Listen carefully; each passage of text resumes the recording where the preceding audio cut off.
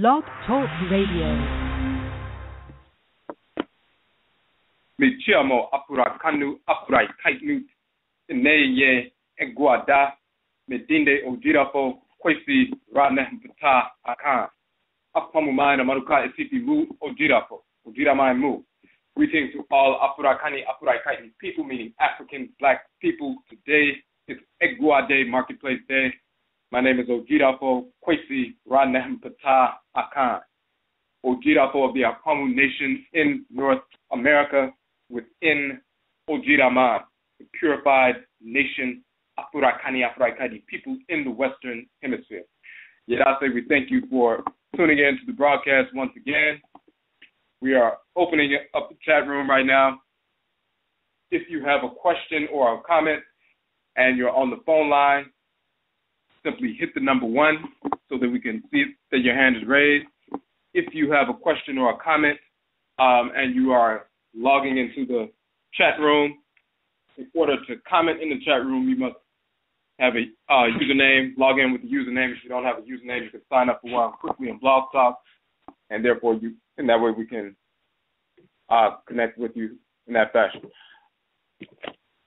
Yet I'll say once again, we are pulling up the information. For those who are new to the broadcast, we have 3 broadcasts on a weekly basis.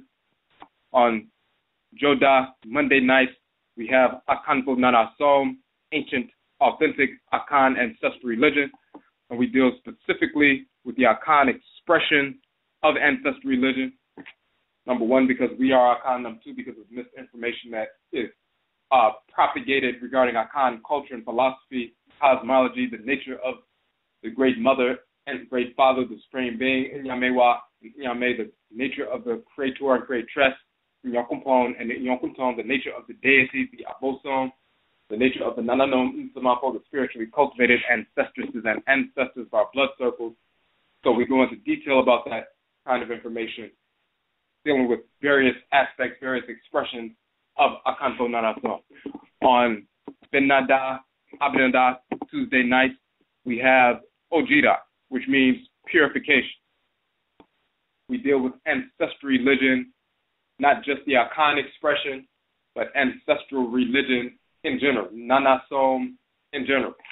No matter where our people exist, on the continent of Afuraitkaitnut, where we have migrated around the world or were forced to migrate around the world, we carry our ancestral religion with us. The term Nanasom is the term we use for Afurakani, Afuraitkaitnit, or African ancestral religion as a collective. In essence, ancestral religion is the ritual incorporation of divine law and the ritual restoration of divine balance. That means through ritual we incorporate those things, objects, deeds, and entities we need to incorporate in order to harmonize our thoughts, intentions, and actions with divine order. And through ritual we reject those things, objects, deeds, and entities we need to reject in order to realign our thoughts, intentions, and actions with divine order, and thus realign ourselves harmoniously. The ritual incorporation of divine law and the ritual restoration of divine balance are the expansive and contractive poles of ancestral religion. And we always talk about how Ojira, purification, operationalizes Nanasom. Purification operationalizes our practice of incorporating law and restoring balance, our practice of ancestral religion. So therefore, it impacts every aspect of our lives. Every moment of every day, we seek to align ourselves or realign our thoughts, intentions, and actions with divine order every moment of every day. So we talk about text from ancient Kemet, orature from ancient cultures of Kemet, Kanat, all across the continent and wherever we were forced to migrate into the Western Hemisphere. That includes Kudu, Juju, Vodou, and so forth that we brought into North America, our traditions, as well as into the Caribbean and South America and so forth. Those ancestral religious traditions that we maintain, that motivated us, guided us, empowered us to wage war against the whites and their offspring and force the end of enslavement in the Western Hemisphere. So this is what we deal with on Ojira, Purification Day. And then, of course, we have EGUA, Marketplace Day, on Awukuda, on Wednesday, Akuada, and we have typically individuals, organizations, and institutions, businesses serving our community in a positive capacity, our people, but also those who maintain their ancestral religious values in the process. We've had a number of individuals come on to share their businesses, organizations, institutions, how they establish their work in the community, how their ancestral religious values inform their philosophy on serving the community. And in that process, we have published the Akan Economic Development Model. That is a model of economic development rooted in our ancestral religious values. It is therefore a holistic approach to economic development. You can download that model on our webpage, the Akan webpage, OKOM, on ojidafo.com, that specific webpage.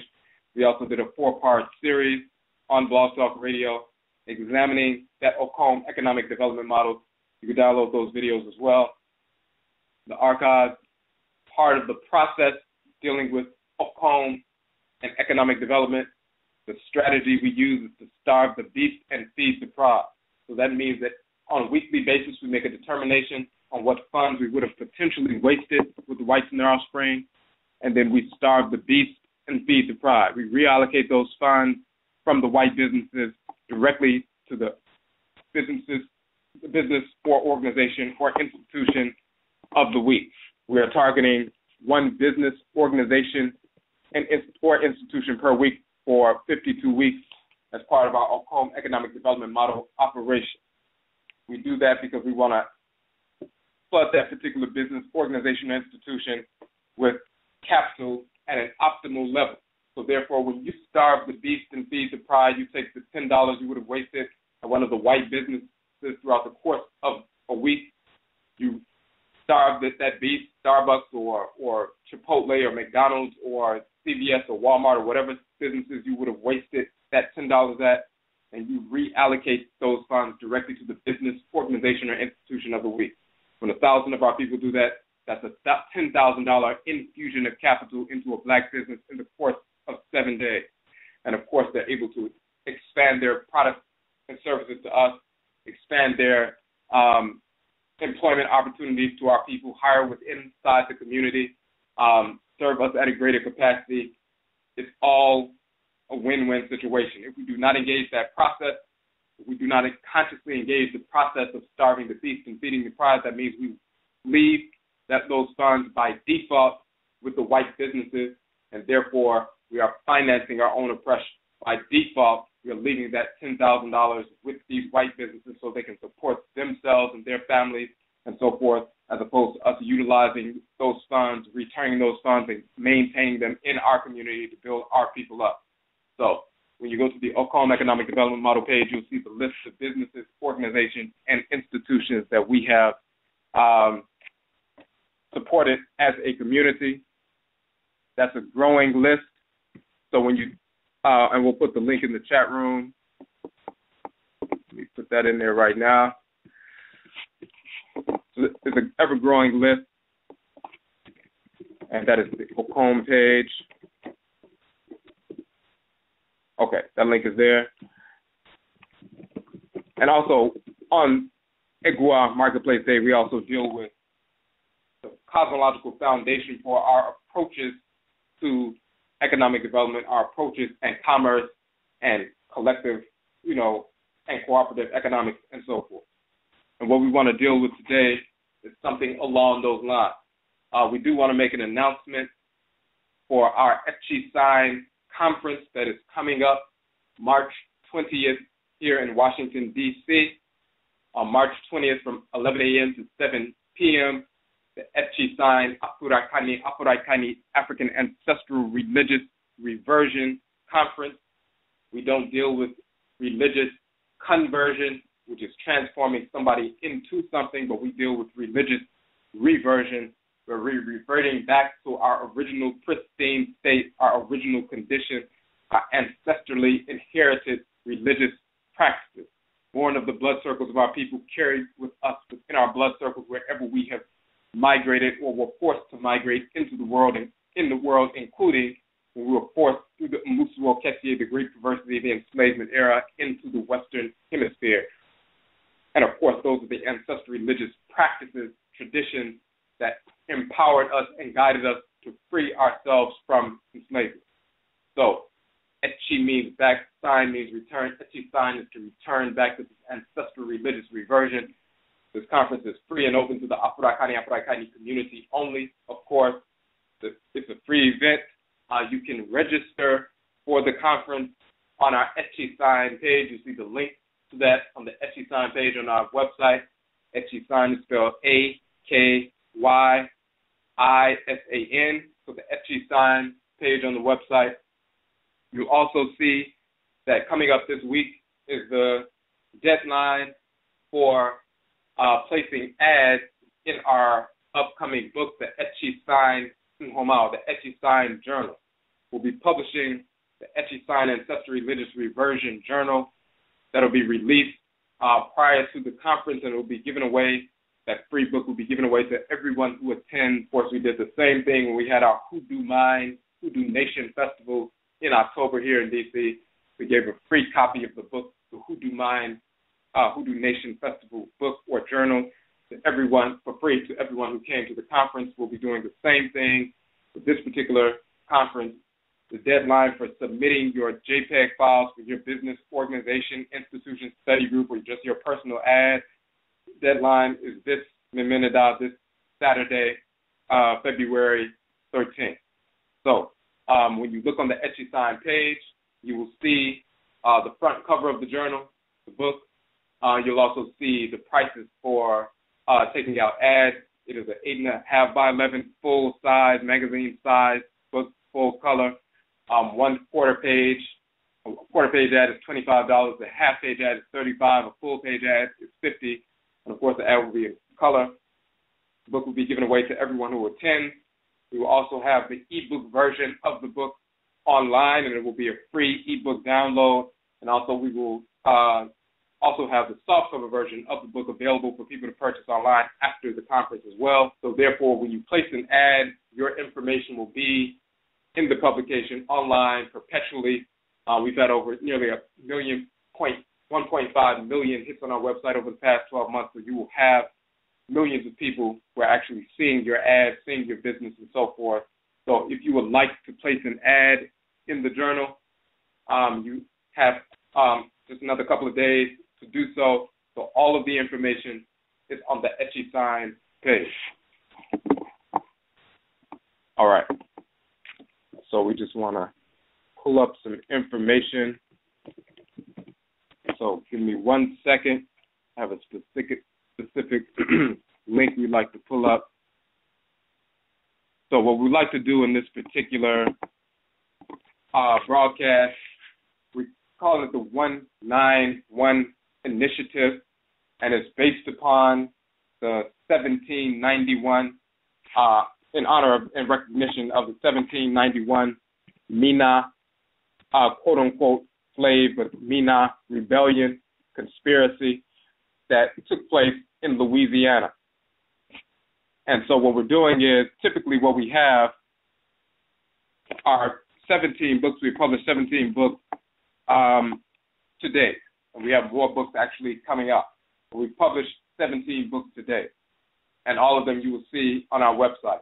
And you'll see the ebook versions, our free downloads from the website. And then you also see that we have the softcover versions that we print ourselves in-house on our own printers in color.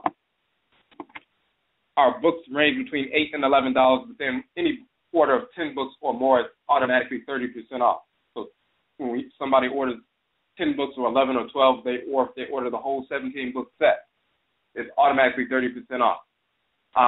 And for that whole 17-book set, the 30% off price is $111 for the whole 17-book set. For this past week, from February 4th up until tomorrow, we had an additional percentage off. This is why we're calling it the 1791, or 17 books for $91 in recognition of this rebellion of our people in Louisiana. So this is why we wanted to do it in that fashion.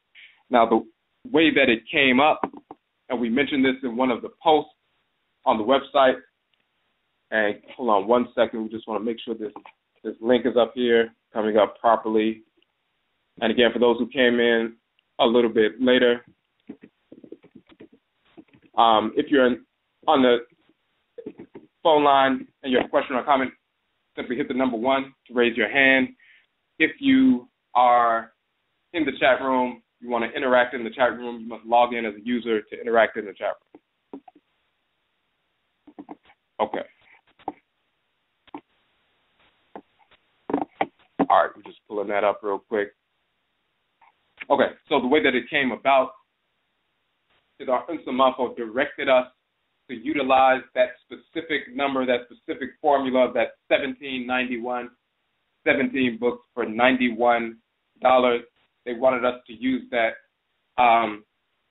in that kind of recognition. Now, at the particular time that they gave us that specific formula, the only revolt that we knew that took place beginning in that year, actually 12,791, so-called 1791, was the Haitian Revolution. So at first we were assuming that they wanted us to utilize that 1791 or 17 books for $91 in recognition of the Haitian Revolution, the beginning of that. But our Nsumafo directed us to know actually they wanted us to utilize it for a specific rebellion that took place in North America. Now, at the time, we didn't know of any rebellion that took place in that specific year. So then we started researching based on what we were given by the Nsumafo. And as we began to research and look and study, we found a number of things. We found eventually the Mina, so-called Mina Rebellion or Mina Conspiracy in 1791, and then also it led to the 1795 rebellion as well in the same area in Pointe Coupee in Louisiana. So they had directed us to gave us a specific number, a specific year, dealing with a rebellion that took place amongst our people here in North America. Earlier scholars assumed that the Mina Conspiracy, because of the nature of the groups that it jumped off, you had Bambara people, but it was primarily from the groups who were brought into the area from the so-called Bight of Benin. So when people were reading about that, and previous scholars, they would talk about most of the people who were enslaved from the Bight of Benin, of that specific area, were the Ewe people and the Edo people and so forth. So as previous scholars were writing about that, they would always say, well, these quote-unquote slaves were the Ewe people or the Edo people, and they were the ones behind the Mina Conspiracy in 1791 in Louisiana.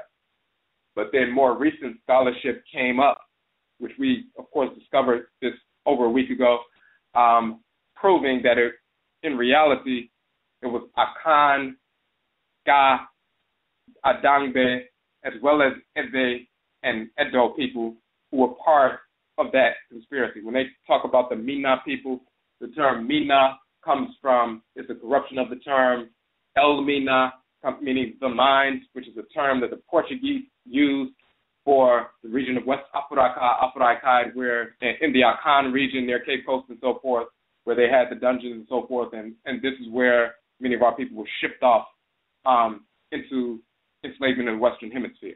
So it was in the Fanti, mainly in the Fanti area, the Fanti Akan area.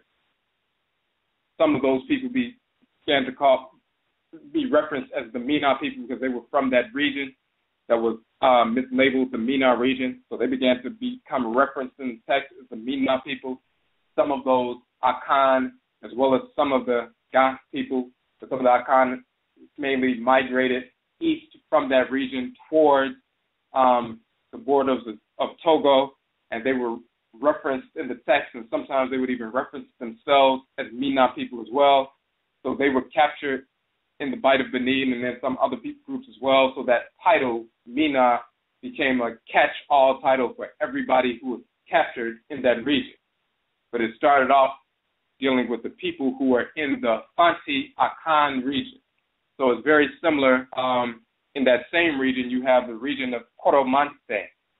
Koromanse is a region in the Akan area where some of our people were taken from, and the whites in our spring learned about that term, so they just started using that term, Koromanse, and later they started calling it Koromanti, and they started utilizing that term as a catch-all term for any people who were Akan, who were enslaved from that region. They would just call all the Akan people, whether they were Fanti Akan or Akwamu Akan or Asanti Akan or whatever group it was, they would just use the term Kuramanti to reference those from the quote-unquote Gold Coast or those from the Akan-speaking areas.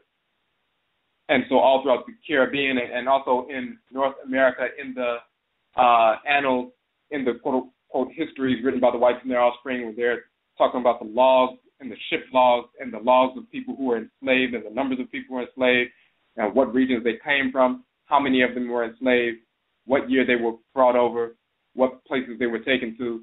They would reference the Akan groups as the Kuramanti, but then some of them you will see that term Mina used for the Mina people were taken, brought into Louisiana or brought into North Carolina or brought into South Carolina or brought into the Caribbean and brought into Brazil and so forth.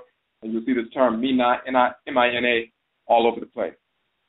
So what was key for us was that the Nsamanfo, they gave us that specific formula, the specific year that they wanted us to use, 1791, for the 17 books for $91 and so forth.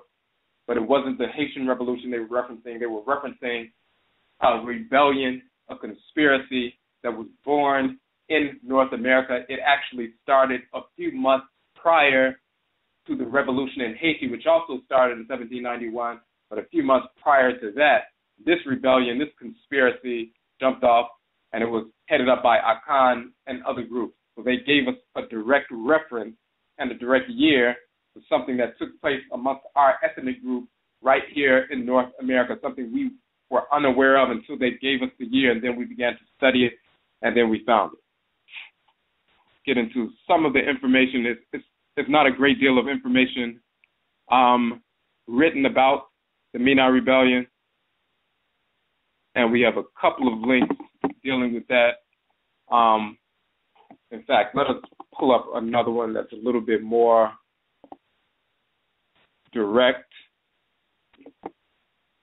So hold on one second.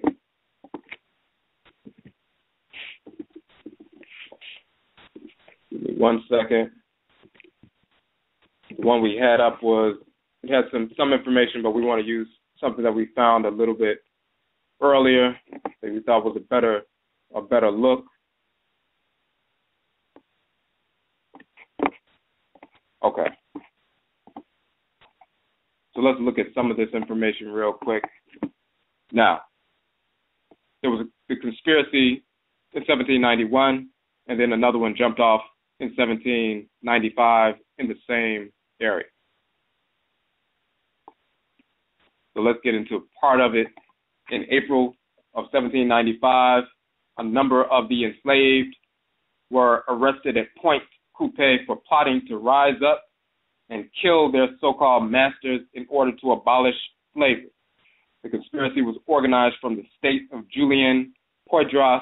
The plan was to set fire to a building on the Poydras estate, and when the so-called slave masters from neighboring estates rushed to put out the fire, they would be slaughtered. So our people were setting up an ambush for the so-called slave masters by simply setting a fire, setting a trap. All the rats, the crackers, come out towards the fire, and then we would gun them down. The enslaved would then take arms and ammunition from the Poydras store and wipe out the remaining so-called slave masters, as well as the Creole enslaved who refused to become involved in the plot. Although the Poydras, those who were enslaved on the Poydras plantation, were the most numerous among the accused, enslaved people throughout Pointe Coupee and False River, and several others who were also involved. The plot had ramifications throughout lower Louisiana. And then they began to talk about the trial that began on May 4th. 57 of our people were convicted by June 2nd.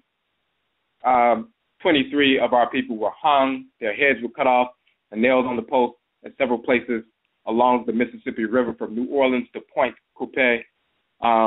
31 received floggings and hard labor in Spanish fortresses in Mexico, Florida, Puerto Rico, and Cuba, so they were sent away, and so forth. Now,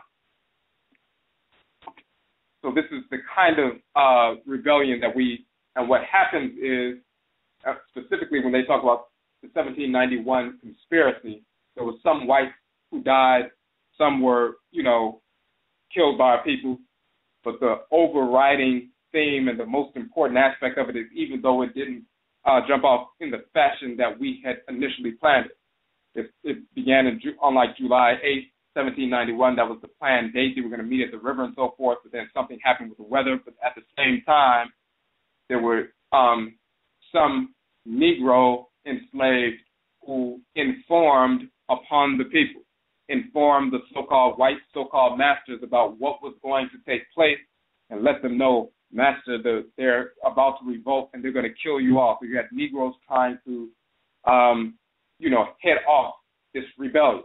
And this is why in 12,791 of 1791, it's called the 1791 Mina Conspiracy, because it didn't fully jump off. But then a few years later, our people were more organized in 1795, and then we got a little bit further before our people were captured. But the key is the whites and their offspring finding out about the conspiracy, and then they took the people to court and charged the people with conspiracy and everything else. And they have extensive court documents with some of the people who were enslaved giving testimony and talking about what happened and what they were planning and how they planned it. Some of our people, of course, were intelligent enough to never reveal the plans, and they just allowed themselves.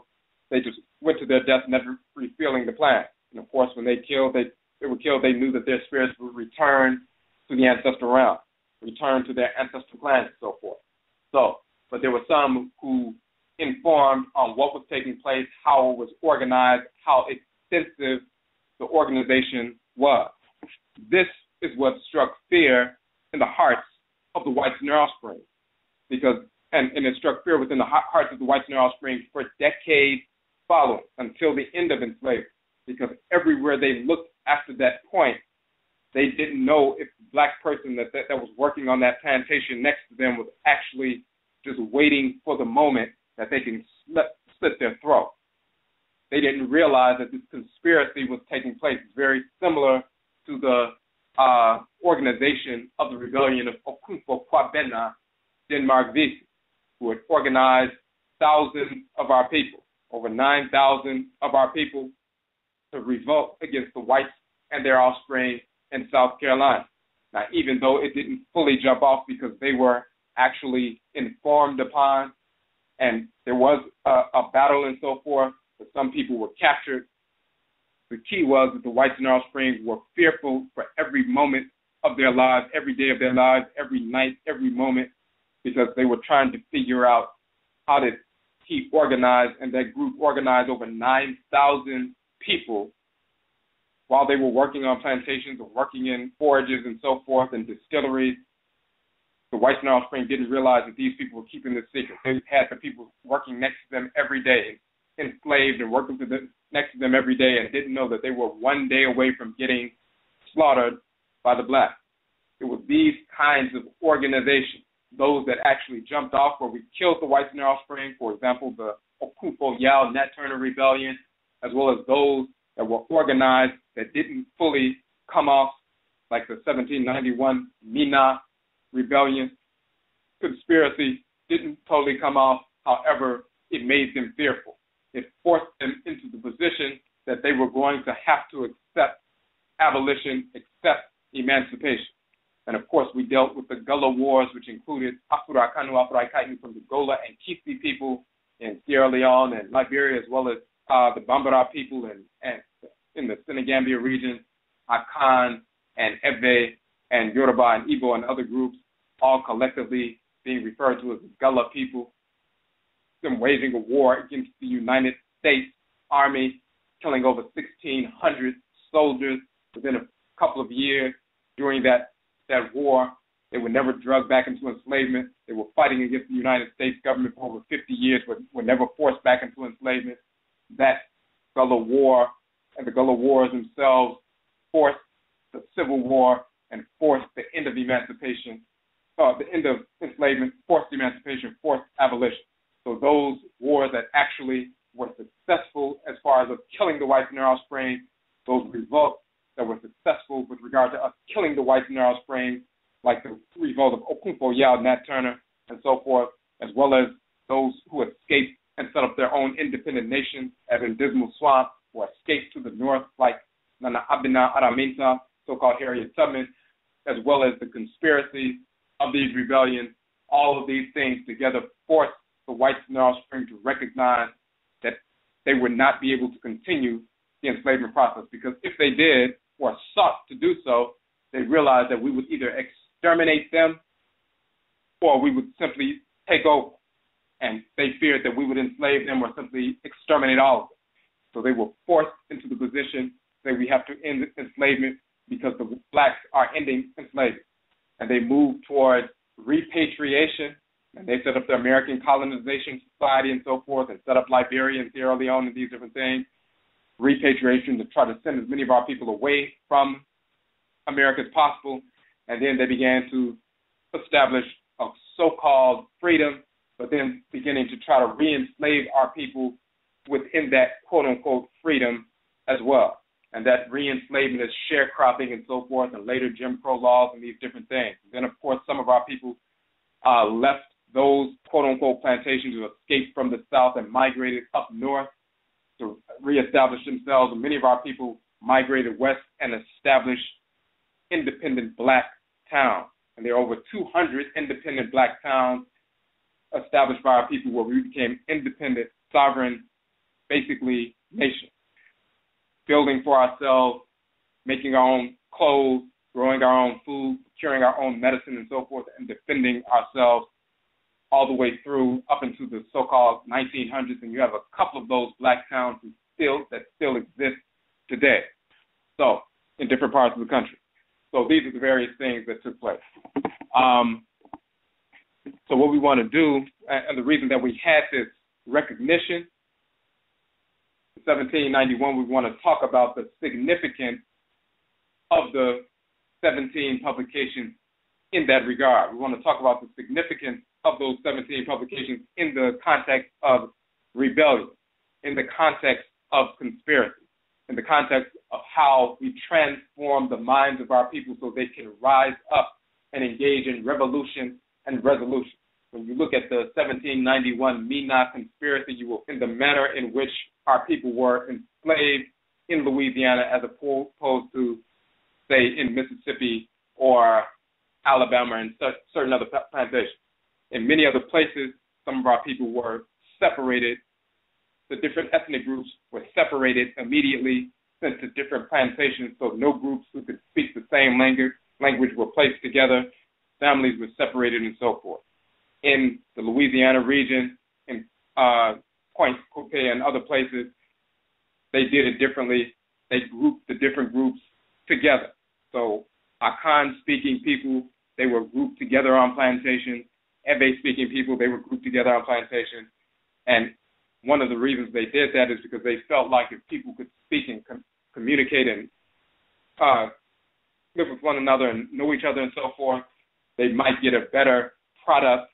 They may communicate with one another, commune with one another, and they may work together better, and they may produce a higher output of crops and so forth from an enslavement perspective.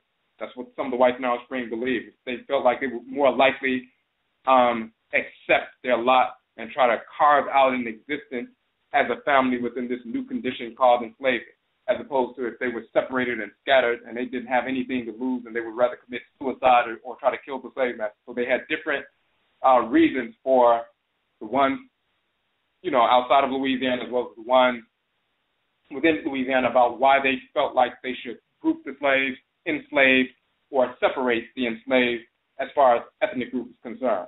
In Louisiana, they grouped them together. They did the same thing in the Caribbean, as well as South America. They typically would group them together, and people of the same ethnic group would be working together, knowing each other, and so forth. But that proved deleterious to the enslavement institution because those people would communicate, they would be able to plot better, and they would wage revolt after revolt.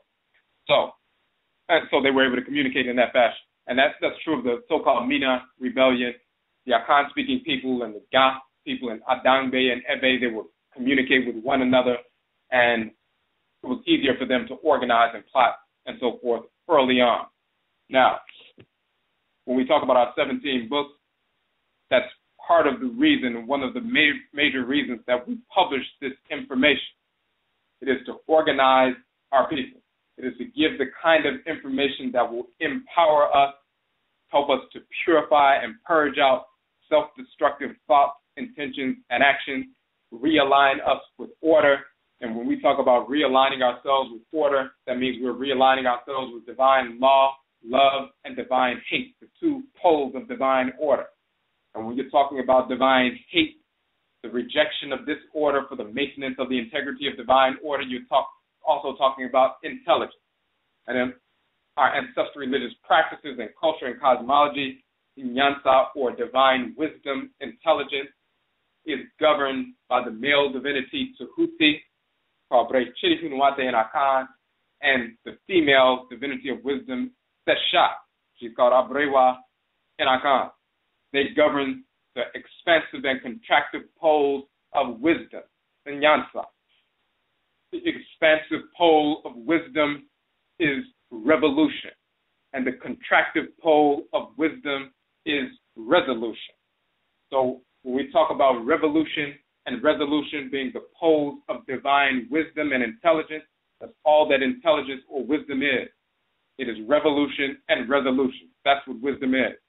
The White and Offspring will not teach you that wisdom has to do with revolution and resolution. They'll say wisdom is just, memorizing some information and learning how to, retain it and spit it out when necessary. But in reality, wisdom, divine intelligence is revolution and resolution. Why is that so? And what does that have to do with the publication? What does that have to do with conspiracy, divine conspiracy, attuning to the forces in nature to conspire, to come together to overthrow our enemy? Attuning to the Nananoman Sumafo, the spiritually cultivated ancestresses and ancestors, so we can gather our intelligence together and plot so that we can overthrow our enemy. The term revolution, the root revolve means to turn, re means back. So revolve means to return. As we always say, when the Asaseapo, the earth, moves around the sun and returns to its point of origin, it has made a complete revolution around the sun. That means it has gone all the way around, returned, revolved all the way around back to its point of origin. That is one complete revolution. So returning to your point origin, your nature, your condition, and so forth, that is revolution.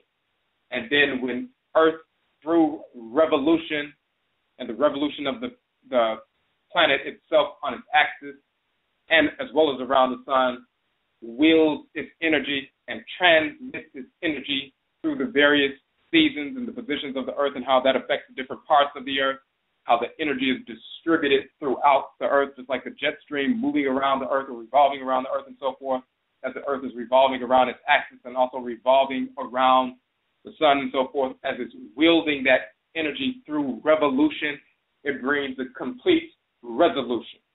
So the root of resolution is to resolve, and solve. Resolve is to backward again, and solve. And solve, the root of that actually is to unloosen, to untie, to unloose, to vindicate, and so forth. So resolution is to break free, to vindicate, to unloosen, to break the bonds, and so forth, to bring resolution to an issue. So we deal with that in the Madanachi, in our book, Divine Law, Love, and Divine Hate. So we're going to bring that up real quick, and we'll put the link in the chat room for that direct link to the book. And in section 3, we show images of Tahuti and Tashat, and we show their connection to revolution and resolution. So we're going to give you the direct link to the book, and we're just going to read that quick section real quick, dealing with that. And when you go to the info on my page, you can find the link to that.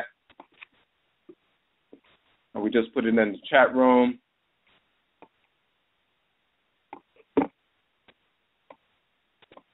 All right.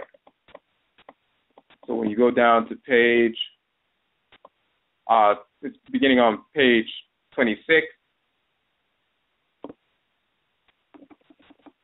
When we talk about return and resolve, we just said revolution, resolution.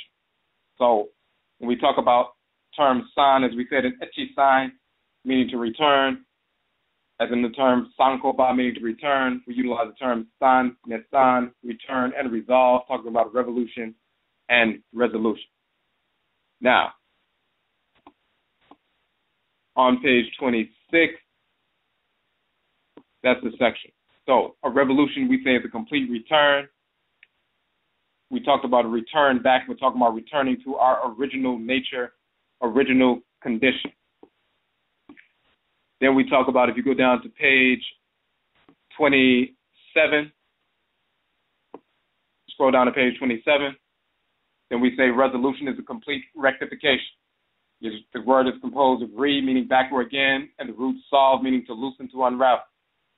It means to free from restraint, to vindicate, to clear, to restore, to return to the former state. To resolve is to reduce something back to its former state, its natural form. And of course, in the Twi language, as well as the language of ancient Kemet, san means to return back and so forth. But san also means to loosen, to unfasten, to unravel. So, through revolution, san or return, we return to our original state, our point of origin, our well of consciousness, energy, and ancestral experience, to arm ourselves with the necessities, the weapons necessary to rectify conflict. Through resolution, we return, we resolve, we restore the life situation to its natural form or former state of harmony with creation. We restore our life circumstances to their former orderly state, the state in which they existed before the interruption of disorder. In that return, we eradicate blockages to our own awareness.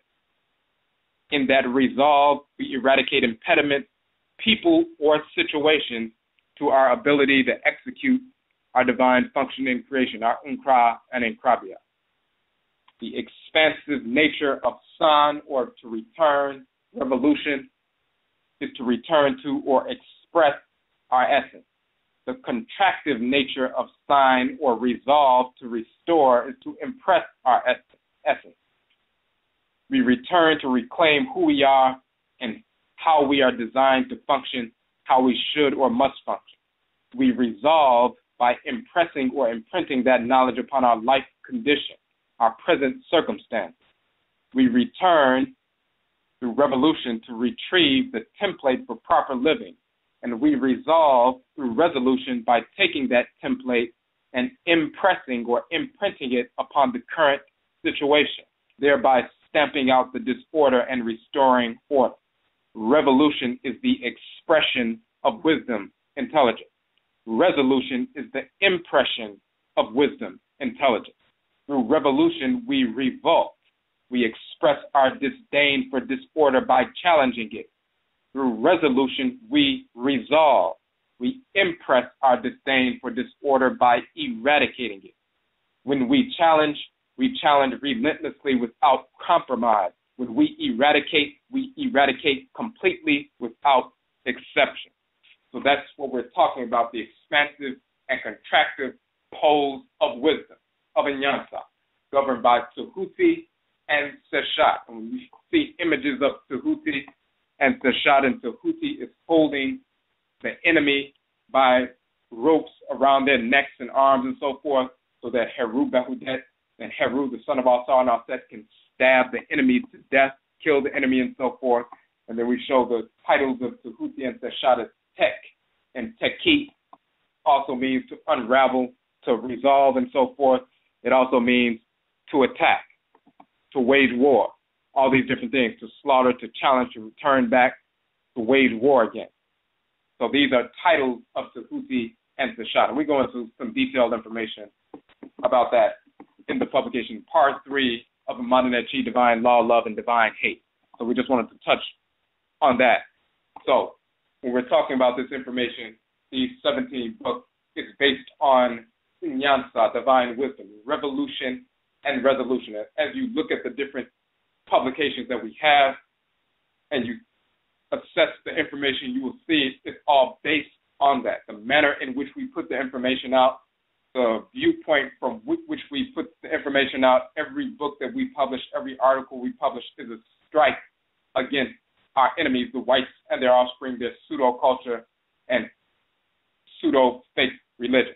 The manner in which we put the information out, the broadcast, the publications, videos, and so forth, everything is structured in the form of a strike against the enemy, an attack against the enemy to revolt and to resolve, revolution and resolution, to challenge disorder relentlessly and to eradicate disorder and its purveyors completely without exception. So we want to go through the 17 books that we're talking about and talk about the significance of the publication from that vantage point of revolution and resolution.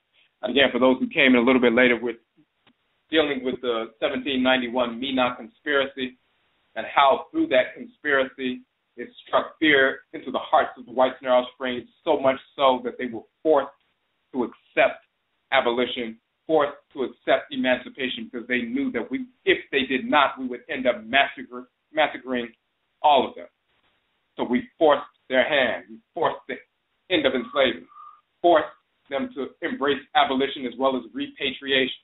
They didn't just decide to set up the American Colonization Society because they just wanted to return our people to the continent and support what we were doing. They were forced into that position because we were becoming more populous. We were killing them. We were taking over and setting up our own independent nations. They saw easily that within a few years, the whole United States at that particular time, that small portion that they were in control of, it could easily collapse. And then they would lose everything that they worked for. Their hand was forced. So when we talk about this information, we want to talk about it from that perspective. So we go to the Nhoma page on our website, and we'll put the link there as well in the chat room, the publications page. And again, this is why we're having, up until tomorrow, we're having our fundraiser, the 1791 to 1791 fundraiser, 17 books for $91. That is about a 42% discount off of the regular price of $8 to $11 per book. We're fundraising for, as a matter of fact, the AKONGUASUA conference, our AKOYISAN conference, Ancestral Religious Reversion conference coming up this March 20th, which is actually the first full day of the Tefeo Bere, the equinox. It's on an Akwetida, a Sunday, a Wusida, all-day conference, free to the Afurakani and open to Afuraitkaitnit people, African black people only. We'll have a number of presenters. We will also have an EGUA, a marketplace. We'll be giving away a free copy of the AKONGUASUA book to everyone who attends. There are presenters dealing with the Akan tradition, Yoruba tradition, Ebe, Vodun tradition, born here in America, the Louisiana Vodou tradition, as it was brought in the blood circles of our people into America before the Haitian immigration. Vodou was already here, brought in our blood circles by our people who were forced into this region. The Akan tradition was brought into North America by the Akan-speaking people. It is called Hoodoo. It's been here for hundreds of years in the blood circles of our people. Juju is a Yoruba tradition that was brought into North America by our people in our blood circles. It's been here since we have been here. Depending on going outside of our blood circles to go get initiated by other individuals on the continent or in the Caribbean and so forth, we have had Hoodoo priests and priestesses, meaning Akan priests and priestesses, Juju priests and priestesses, meaning Yoruba priests and priestesses, Vodou priests and priestesses, meaning ancient traditional Vodou priests and priestesses in America for hundreds of years within our blood circle. And we'll be dealing with the Gullah Geechee tradition, various ones. So different presenters throughout the course of the day presenting on these various expressions of ancestral religion, dealing with ancestral religious reversion. We have our marketplace all day long as well, and a number of different things going on at the conference. Some of our speakers will be coming from out of state. We would like to assist them with their travel expenses. And since the conference is coming up soon, we would like to begin to assist them with booking, their flights and things like that, or however they're going to travel through flight or driving and so forth. We want to get those funds to them as soon as possible. So that's why we're having this fundraiser, part of what we do. Also, we'll be giving away a free copy of the book to everyone who comes out. So we'll be printing those, publishing those ourselves, as we always do in-house on our own printers in color, and that's an expense as well. So if you support the work that we are doing, you can support this fundraiser. It's going on. It started last week, and tomorrow's the last day up until tomorrow. So that's $17.91, 1791, 17 books for $91. And you can also purchase the other books, one or more books, if you didn't want to get the whole set, but the 17 books for $91, that is the special for this fundraiser. We're trying to get that in as soon as possible so we can get everybody situated and begin to print the book that we'll be giving away for free to everyone who comes to the conference. So we're going to go through the revolutionary aspect of the 17 publications so you can see their application. And then if you have any questions or comments, you can hit the number 1 on the phone line now, and you can also make your comments in the chat room as well if you have any questions or comments, and we're going to get to that as well. So when you go to the home page on our website, you will see the first publication is Kukutuntun, the Ancestral Jurisdiction. And of course, in the Kukutuntun, the Ancestral Jurisdiction, we deal with the cosmological foundation of creation, the nature of the great God and great goddess Amen and Amenet, the creator and creatress Ra and Ra, the nature of our identity is Afurakani, Afuraitkaitnit people, the origin of the term Afuraka, Afuraitkaitnut, the Ka, land of Afura, the creator, the Ka'et, land of Afurait, the creatress. We go into that detailed information. We talk about Ma'a and Ma'at, Mu and Mut and so forth, the cosmological foundation of creation, the nature of Afurakani, Afuraitkaitnit people, the nature of our spirits and our souls, our relationship to plant life, animal life, mineral life, and one another. Also the origin of the spirits of disorder, the Echiwadyefo, the divinely hated individuals and entities, the whites and their offspring, spirits of disorder that are out of harmony, and cancerous cells within the body of black humanity that are to be isolated, expelled, eradicated, and so forth. And then we deal with law being the expression of order, divine law being the divine expression of divine order, and so forth. And we talk about the origin of the fictional characters of the Bible, Quran, Talmud, Dhammapadas, Bhagavad Gita, and so forth. Jesus, Yeshua ben Pandera, Abraham, Isaac, Ishmael, Solomon, Sheba, Menelik, David, Moses, Aaron, Muhammad, Allah, Yahweh, Brahman. All of these characters are fictional cartoon characters who never existed of any race or in any form whatsoever. They were not black, they were not white, they're purely fictional, and we go into detail proving that. The revolutionary aspect of this particular book, this text, we start off talking about Ra is the name of the goddess, the creator of the world. Ra'et is the name of the goddess who is the creatress of the world. We talk about their relationship to Amen and Amenet. We talk about their relationship to the deity that govern the black substance of space, Ka and Ka'et. We talk about Nun and Nunet. We talk about Mu and Mut, and so forth. The revolutionary aspect of this, from the beginning, you see we're talking about the divine balance of male and female. Until we release this publication, quote-unquote cultural community of talking about ancient Kemet or Kemetic and so forth, if they talked about Amen or Amen Ra, they never talked about Amenet or Amenet Ra. They talked about Ra consistently, but they never talked about the great mother Ra'et, the creatress. They didn't understand that Ra and Ra'et as creator and creatress are two separate entities who function together, whom we invoke who possess our people, communicate with our people. Ra and Ra'ed as creator and creatress are grandchildren of the Supreme Being, Amen and Amenet. So the creator and creatress are not the same as the Supreme Being. They are grandchildren of the Supreme Being and subordinate and functionaries of the Supreme Being. But we talk about the divine balance of male and female from the beginning. Many of our people get involved in studying some information, but they study the information from a Eurocentric perspective, and they blacken up that Eurocentric perspective. So they talk about God and the ancestors and the creator, God, the goddess, the deities, the gods, the creator, the gods and the ancestors, or the Supreme Being, the gods and the ancestors. But we start off the text talking about following the footsteps of your elder ancestresses and ancestors. We talk about the ancestresses and the ancestors, the goddesses and the gods, the great god and the great goddess, and so forth. We do not talk about the ancestors without talking about the ancestors. We don't talk about the gods without talking about the goddesses. And it's not just abstract, it's because we deal with these divinities directly through experience.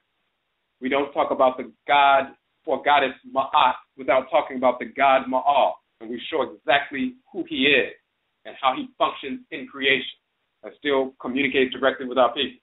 So the revolutionary and resolutionary aspect from the beginning of the text is a divine balance of male and female that we reestablish, because many of our people for decades publishing information and talking about information from the 70s and 80s, talking about ancient Kemet, always talking about the male divinity, but typically not talking about the female divinities unless they were talking about offset. But they were not talking about Amenet, they were not talking about Ra'et, and if they talked about Ma'at, they were not talking about the deity Ma'al. So they were still cutting themselves off from one half of creation, promoting imbalanced information in blackface. So we bring back that balance from the beginning because our ancestresses and ancestors directed us to reestablish the consciousness of the balance of male and female from the beginning, from the foundational relationship of Amenet and Amen, Inyamewa and Inyame as they're called in Akan, and so forth. So we start off with that, and of course, the major impact, revolutionary impact of the second part of the work, the major part of the work, dealing with the fictional cartoon characters, Jesus, Moses, Muhammad, Abraham, Isaac, Ishmael, Allah, Yahweh, and so forth, proving for the first time the actual etymologies of these names that have been misidentified, false etymologies put forward by writers like Gerald Massey and others that many of our people would simply repeat, and the vast majority of the information published by Gerald Massey and repeated by other scholars is inaccurate etymologies for the name Abraham or Isaac or Ishmael or Jesus or Moses. All of them are inaccurate, totally inaccurate. And then our people repeat that misinformed information and believe that, they have some esoteric information, and it's not. So we put forward the proper etymology, and then we prove that through who the actual deities are, what their functions in creation are, how they function in the solar realm, stellar, lunar, on the earth, how they manifest in the various features of earth within the physical body, within our organs and organ systems, their shrines within our bodies, as well as the different divisions of our spirit. So we show them on every level to prove that. So that's the resolutionary aspect or expression of the Kuku Tuntum, the value of that publication. We have the Ubin Sheng, the ancestral summons, and we deal with ritual practices and their functionality.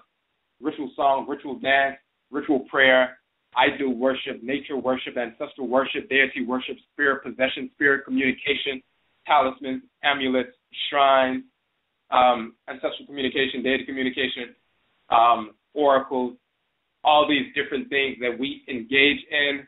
What is their functionality? Every time we engage in ritual practice, we are receiving, processing, and transmitting energy in a quantifiable fashion, in a measurable fashion.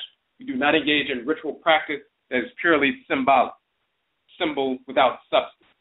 We're not like Catholics waving our hands around and doing little symbols and waving around some incense and having no connection to any force of nature whatsoever. Any gesture that we use is a wielding of energy. Any ritual prayer, ritual song, ritual incantation is a wielding of energy. Any ritual dance, movement, any ritual implement like a shrine and so forth is a receptacle for the energy of an abosom, a magnet for that energy to be drawn in and to magnify their energy in a ritual process so we can communicate and learn and become empowered and guided and so forth. So that is the revolutionary aspect of that Ubin the Ancestral Summit. So then we also have publication, Afuraikai, the origin of the term Africa. And of course, we are the first to publish the actual etymological origin of the term Africa. No white scholar, no black scholar gave the actual proper etymology of the term before we published that. And we show the term in the Medutu, in the hieroglyphs of ancient Kemet, in the context of Ra creating the world at the beginning of creation. And we show that and we prove that conclusively. We also prove the misinformation that white scholars have put forward about possible origins of the names, and we show that every one of those origins that they put forward is inaccurate, where it comes from, the actual Medutu and ancient Kemet that make up those terms, whether it's Phoenician or Latin or Greek or Sanskrit, all the various what they thought were possibilities of the origin of the term Africa. We lay all of that out, prove where those terms come from, and then show the actual linguistic and cosmological origins of the term Afuraikai, and show it in the Medusa. That is the revolutionary aspect of giving us our actual identity, showing that Afu is the flesh, Ra and Ra'et is the creator and creatress who give us our divine living energy, the Ba and Ba'et that's circulating within us.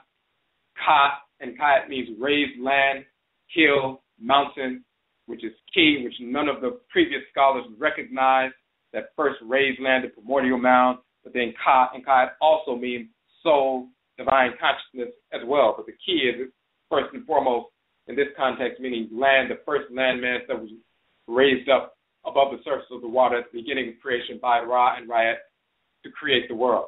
So we're the first to publish that accurate information, and that's the revolutionary aspect of that, and it gives us our proper identity as a collective, as Afurakani, Afuraitkaitnit people. We have Chi, divine law, love, and divine hate, which we just read from, showing the divine order is comprised of divine law, and love is the same word, the expansive pole of order, and divine hate, which is the contractive pole of order. There are deities of divine hate, just like there are deities of divine law. Ma'a and Ma'ada, the male and female forces of divine law and balance. Rubehudet and Sechima, called Benna and Abinna and Akan, are the male and female forces of divine hate. Hate is a deity, a male and female divinity. Until we put that information out, nobody understood that divine hate is one half of divine order. It's the contractive pole of divine order. The whites and their offspring were misinforming our people and continue to do so, and brainwashed Negroes who worship the whites and their offspring with speech to tell us that hate is wrong, hate is evil, hate represents the lower life vibration of energy, hate will just burn you up, and spirituality is about love, pure stupidity, pure nonsense. Hate is divine. It always has been and always will be. It is one half of creation. Creation comes into being through law, love, and it's sustained through divine hate, the impression of divine order. So that is the revolutionary aspect of that. And of course, we also cover revolution and resolution being the two halves of the whole called divine wisdom in the Chi in that book. We have the Okra complex, the soul of Akan, where we talk about the nature of the soul, the divine consciousness, which is a deity that dwells in the head region of Afurakani, Afuraitkaitnit people. Just like you have a physical body and a smaller body within your physical body in the head region, which is the brain that regulates all the functions of the other organs and systems in the body. You have a spirit body, which in Akan is called Sum Sum, it's called Sahu in ancient Kemet. Inside your spirit body in the head region, you have another spiritual body, and that is the Ka, male, Ka'et, female. It is a deity that dwells in your head region, that guides you, that you can communicate with, and it will communicate with you. A male divinity if you're male, a female divinity if you're female. It's called the Okra, or the Okra and Akan. That is the Ka, the Ka'et in ancient Kemet, with the Ori, Inu in the Yoruba tradition, the Salido and Vodun, the Chi and Igbo and so forth. A deity assigned to you by the Supreme Being to guide you throughout the course of your life. And we go into detail about that. Number one, in the Akan tradition, the Ka, Krawa, showing its functions and proving that it's the same Ka and Kat or Kayat from ancient Kemet and the order Inu and Yoruba and everything else. So we define the nature of the soul, the divine consciousness, the Okra, the nature of our divine function that we come into the world to execute, called Nkra and Krabi and Akan, spiritual configuration of forces we're given through our patriclan and matriclan divinities to execute and support that function, called She and Shibia and Akan, and She and Shayet in ancient Kemet. So we go into detail about that, and that is revolutionary information as well. We have the first publication that defines the nature of the soul, the divine consciousness, that's accurate, published by our people. Of course, the whites and offspring don't have the capacity to publish that kind of information or understand that, but we're the first to put that information down, focus specifically on the soul, the divine consciousness, and the divine function, and its association to ancient Kanat and Kemet, Nubian Egypt, and so forth, and how it's manifest in our culture today. And even if when we have been forced into the Western Hemisphere, we still deal with these divinities because they are born of our blood cells and assigned to us pre-incarnation. Our next book, Oberima Afurakani Manhood, 7 chapters based on the 7 principal values of manhood, based on the deities that govern the solar, lunar, and planetary bodies that govern the 7-day week. So every single day of the week is governed by a different solar, lunar, and planetary body, which is animated by a divinity. Every day of the week has its own specific configuration of energy, and every principal value of manhood carries the energy of that day. So every day is an opportunity to align to a specific force in creation and the principal value of manhood that is represented by that force in creation and manifests through that force in creation. So that's revolutionary and resolutionary in and of itself, a manual for manhood based on the 7 days of the week and the Abosom that govern the 7 days of the week. So that's something that follows the Afurakani man throughout the course of his life every single day. We have that opportunity to align with the force that governs the day and realign ourselves with that principle of manhood, morality, and focus of that particular day. So that's the revolutionary aspect of that publication. We have our Unkwamua Whole Life Journal, which is dealing with natural foods, melanin, abatum, ancestral wisdom. It's an introductory type text, but it deals with subject matter in a clear and direct fashion. Substance abuse, abstinence, a number of different things. We have used this text and taught social workers, psychologists, case managers, case workers, people in the human services field, people working in schools and everything else, how to engage their clients, engage the people they're working with in a holistic fashion from the root of culture in their therapeutic interventions with their clients, how to incorporate culture so they can serve the whole of the individual. It's called Unkwamua Whole Life Journal. But it's also used as an instruction material for those who are just being introduced to ancestral culture, introduced to true story. We have a section on not only natural foods and melanin, chemical that gives us our color and so forth, but also the negative effects of marijuana upon melanin, the destruction, of our bodies if we smoke that perverse drug and so forth. We have images of showing that the numeral system, for example, was created by our people from 0, 1 through 9. We show that in the Medutu, in the so-called hieratic script, the exact same numerals. They are not Hindu or Arabic numerals. We created those numerals, and we show them side by side, the quote-unquote Hindu-Arabic numerals coming directly from the numeral system of ancient Kanat and Kemet that predates quote-unquote Hindu and Arabic numerals by thousands of years.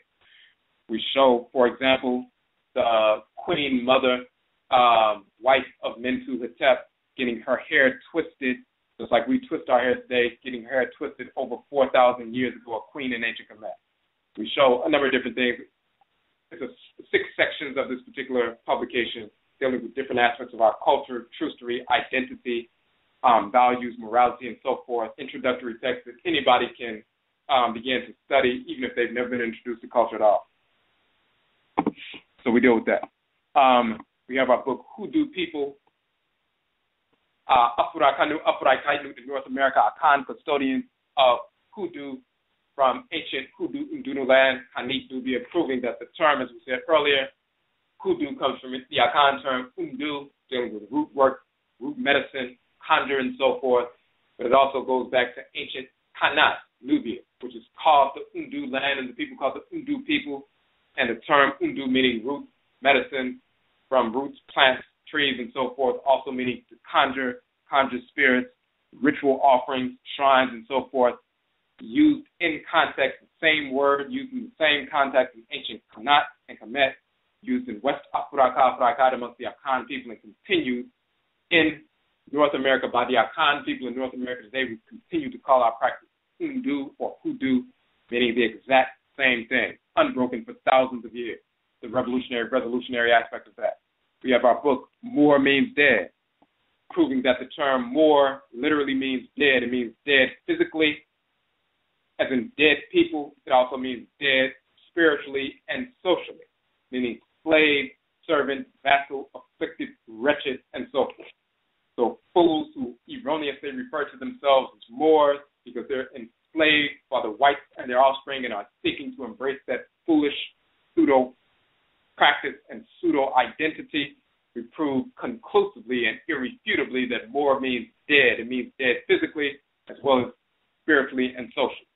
And it's meant that for thousands of years. And this is why when the whites and offspring learned the term murd or mur from our people, and they knew it meant dead physically and dead spiritually and dead mentally, and it was a derogatory term, then they began to call black people more in general amongst the ancient Greeks and Romans, and then later on the Arabs and everybody else in certain areas in North Africa and Europe, because they knew it meant dead. So we expose that and give the proper etymology of the term for the first time and its cosmological foundation, which none of these fools who've been putting forth these pseudo-etymologies for the term more and these foolish explanations, they were not able to give the proper etymology and prove its cosmological foundation that supports the etymology until we put this information out. So it totally destroys that pseudo-Moorish identity, which is pure foolishness. We have our book, Anidaho, going into the origin of the term Nganga Ur in ancient Kemet, also going into the origin of the term God. Many of our people have tried to, also the term Negas, as well as Ra-Ka, which becomes Ra-Ka, Nanka, and Naga. Many of our people foolishly entertain the idea that the term nigger comes from Naga or Negas or Nganga Or, which they think is Neg or nigger in ancient Kemet, totally, or Netcher, totally inaccurate. That misinformation has been floating around the internet for over a decade. Pseudo master teachers running around talking about nigger comes from Naga, and nigger means God because Naga means, all of that is pure stupidity. So we give the proper etymology of the term nigger, the proper etymology of the term Naga, the proper etymology of the term Nganga Ur, which is not Neg Ur in ancient Kemet, the proper origin of the term God itself. And so we published the origin of the term God, showing that the Proto-Germanic term, Proto-Indo-European terms, go meaning to pour, go meaning to invoke, comes directly from a title of Amen and Amenet, Ga meaning to pour, Ga meaning to invoke, Ganga meaning a title of Amen, and Gangaet, a title of Amenet. And we showed the cosmology that gave birth to the term.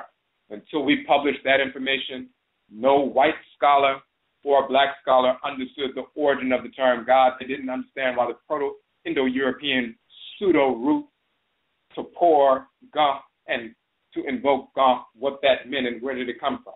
When you understand Amen and Amenet in the form of the great goose and great gander, which are called Ganga and Ganga Ur and Ganga Urit, and the root meaning Ga, meaning to pour and invoke, because when they release those cackles, those sound vibrations, they say Ga, Ga, and that's literally the sound that they make.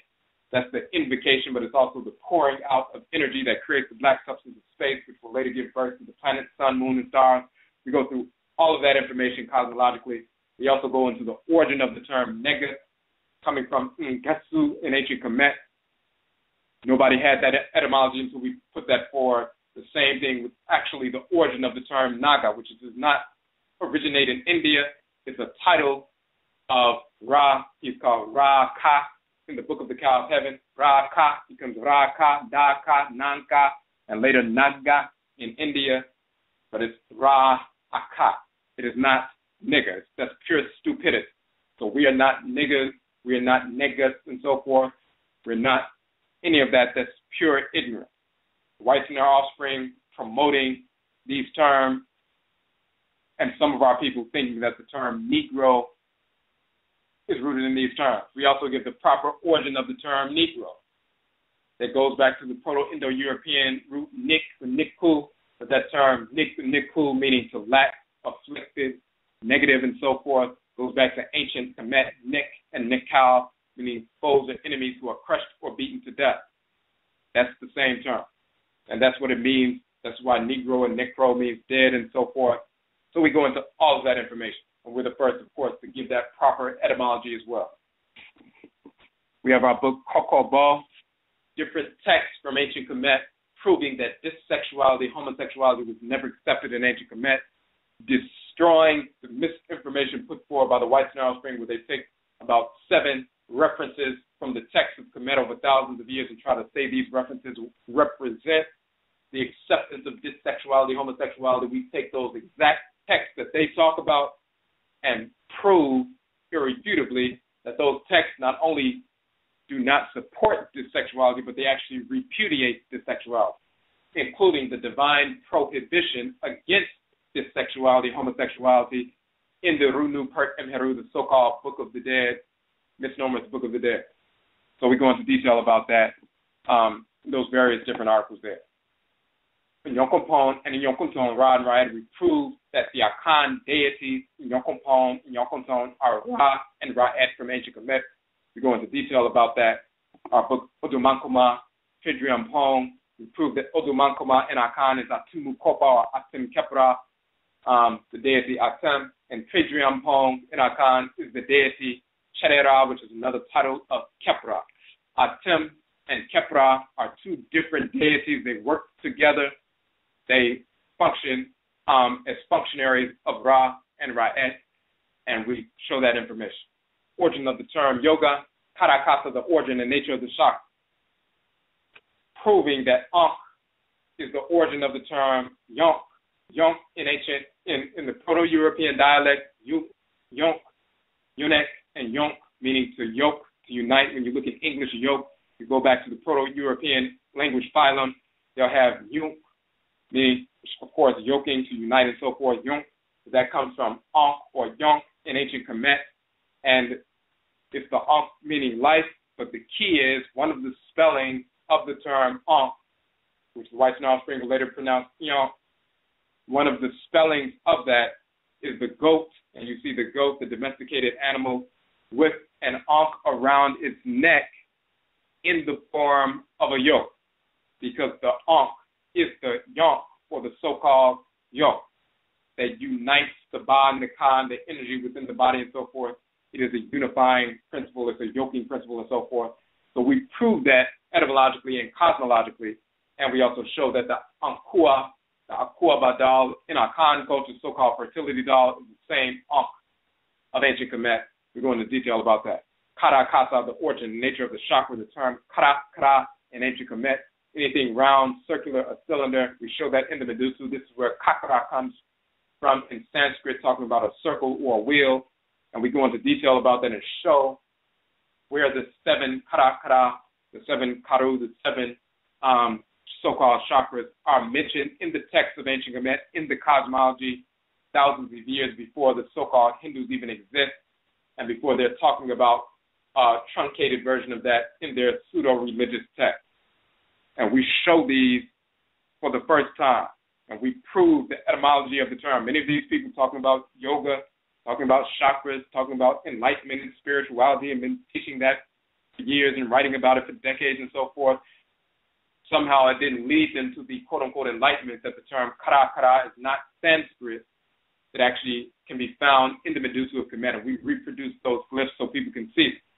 So why didn't their yogic practice show them that kara kara was not Sanskrit, which they've been teaching for 20, 30 years and so forth?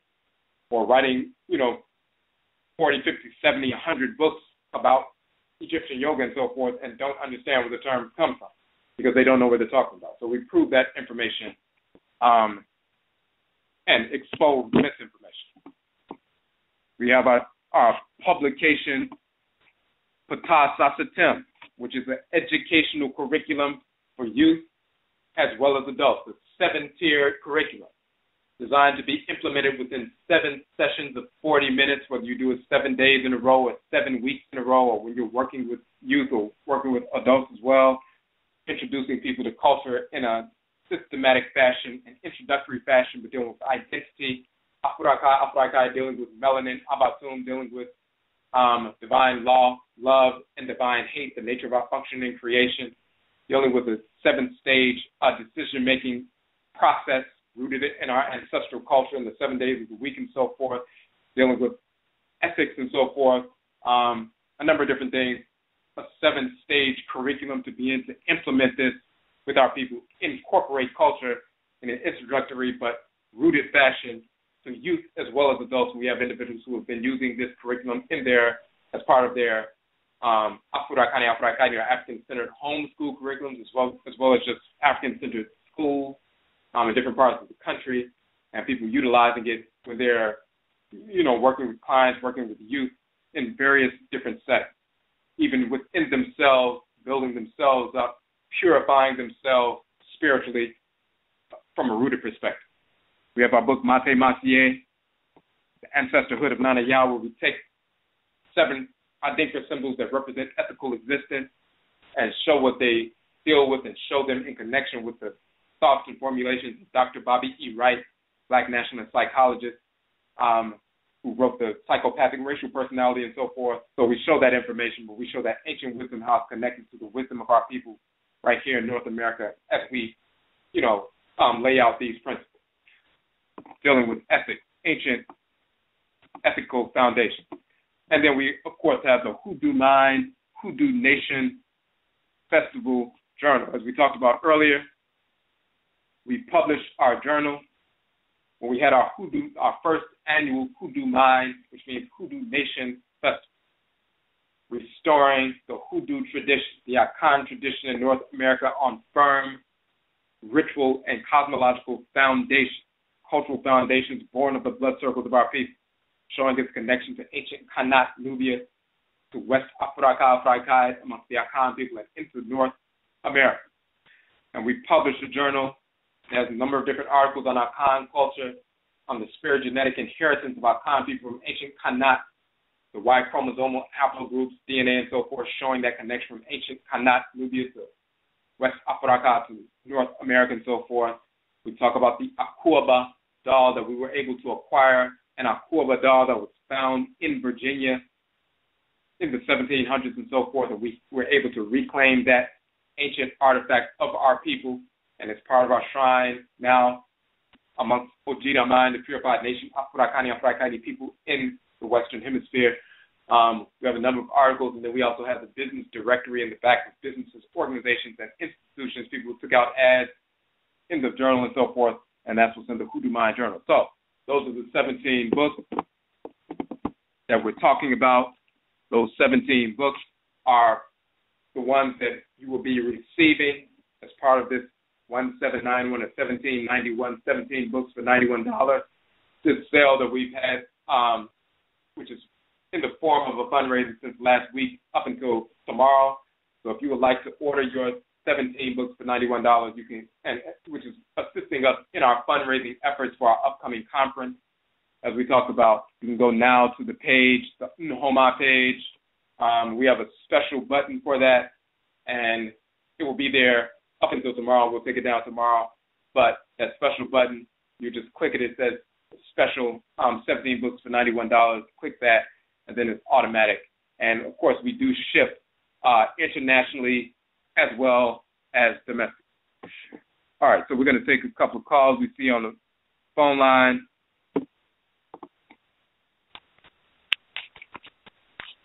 Michelle on the phone line. number 3497. You got a question or comment? Yes, I have a question. From what you know, is there a spiritual reason as to why I would say, I guess, the ancestors are allowing black people, the darker people of the world, to suffer the way they are now? Because, no matter where you go, we suffering in some form or fashion. Is there to why the ancestors are allowing it to persist? Okay, and that's a good question. In fact, we did a entire broadcast called Nana Song, talking about ancestral religion and the defeat of slavery. So sometimes what happens is, because of the way we've been taught, especially through Christianity, Islam, Judaism, and so forth, that we've been taught that we were, to be enslaved for 400 years, and there was a divine reason for that and so forth, and because we went against, these fake religions, that the fake God, Jesus, allowed us to be enslaved, or Allah got us enslaved, and all this other nonsense. So the fake Yahweh got us, into enslavement. So when we did this broadcast, the first thing we wanted to, destroy is that these false religions, but this whole notion of this 400-year period, and that's found in the Bible, and the Muslims and Hebrews and other people talk about that nonsense. It actually comes from the 400 years. You said what now?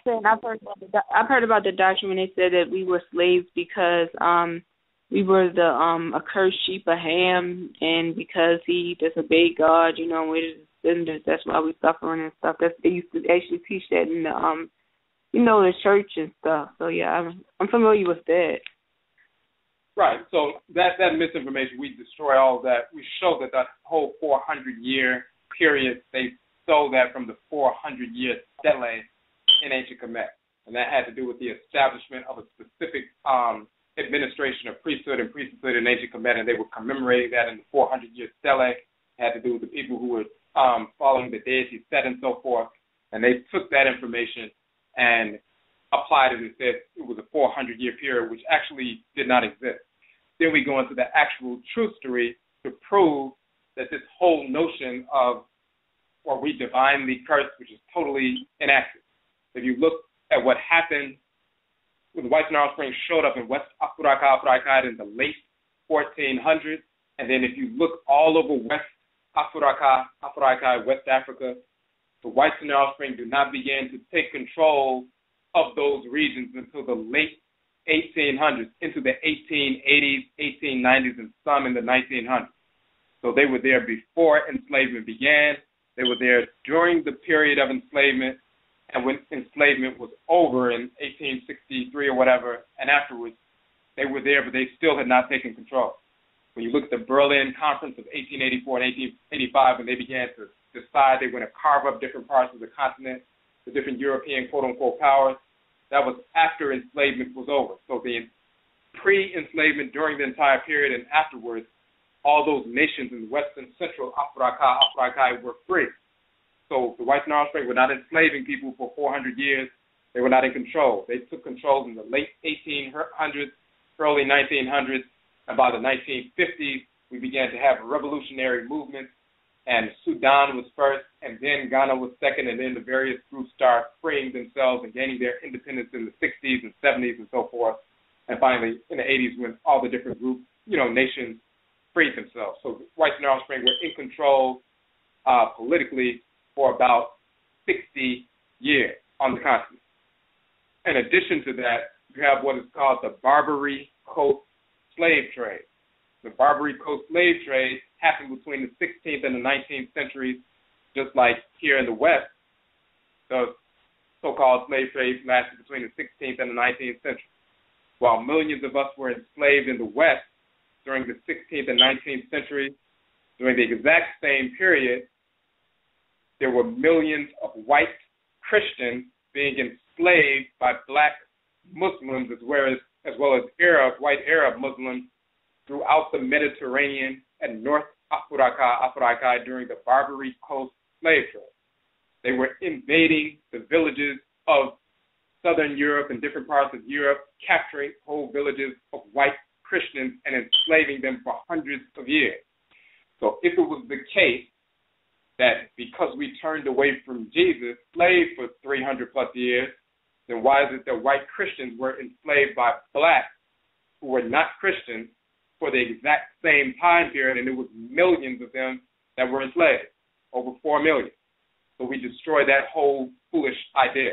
What really took place was that some of our people, we were engaged in disputes. We were engaged in succession disputes, internecine warfare, and so forth, even before the whites and their offspring came to different parts of Western Central Africa.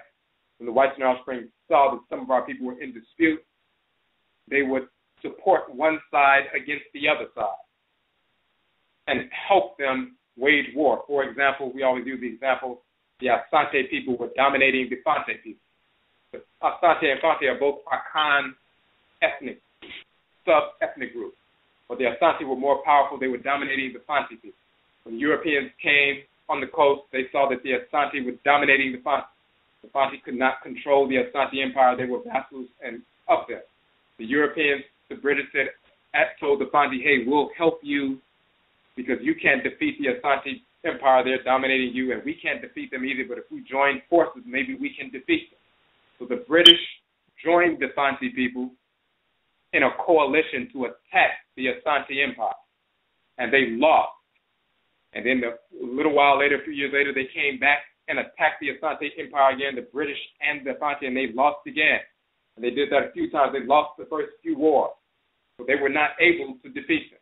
It was only when Asante fell into a civil war amongst themselves where Asante people were infighting and killing each other because of the succession dispute of who's going to be the next king, the Asante Hene, because the previous one died. There was a civil war, and some of the people began to defect to the British side and so forth. And when they were captured prisoners of war, the prisoners of war were then sold, as well as some convicted felons were sold to the Europeans, and those would be sold into enslavement. So prisoners of war and convicted felons. The Europeans were not strong enough to go up into Africa, and snatch our people up and drag us into enslavement. There was nothing we could do. They were inferior. They could not do that. They had to wait for us to be in war with one another and then purchase the prisoners of war from one side or the other. That's all that they could get their hands around. They don't teach that's what they were doing. They make it appear that they just rolled up on the continent, beat us down, snatched us up, drug us into enslavement, and we were praying to our deities, and they didn't ask. And that's totally false, totally inaccurate.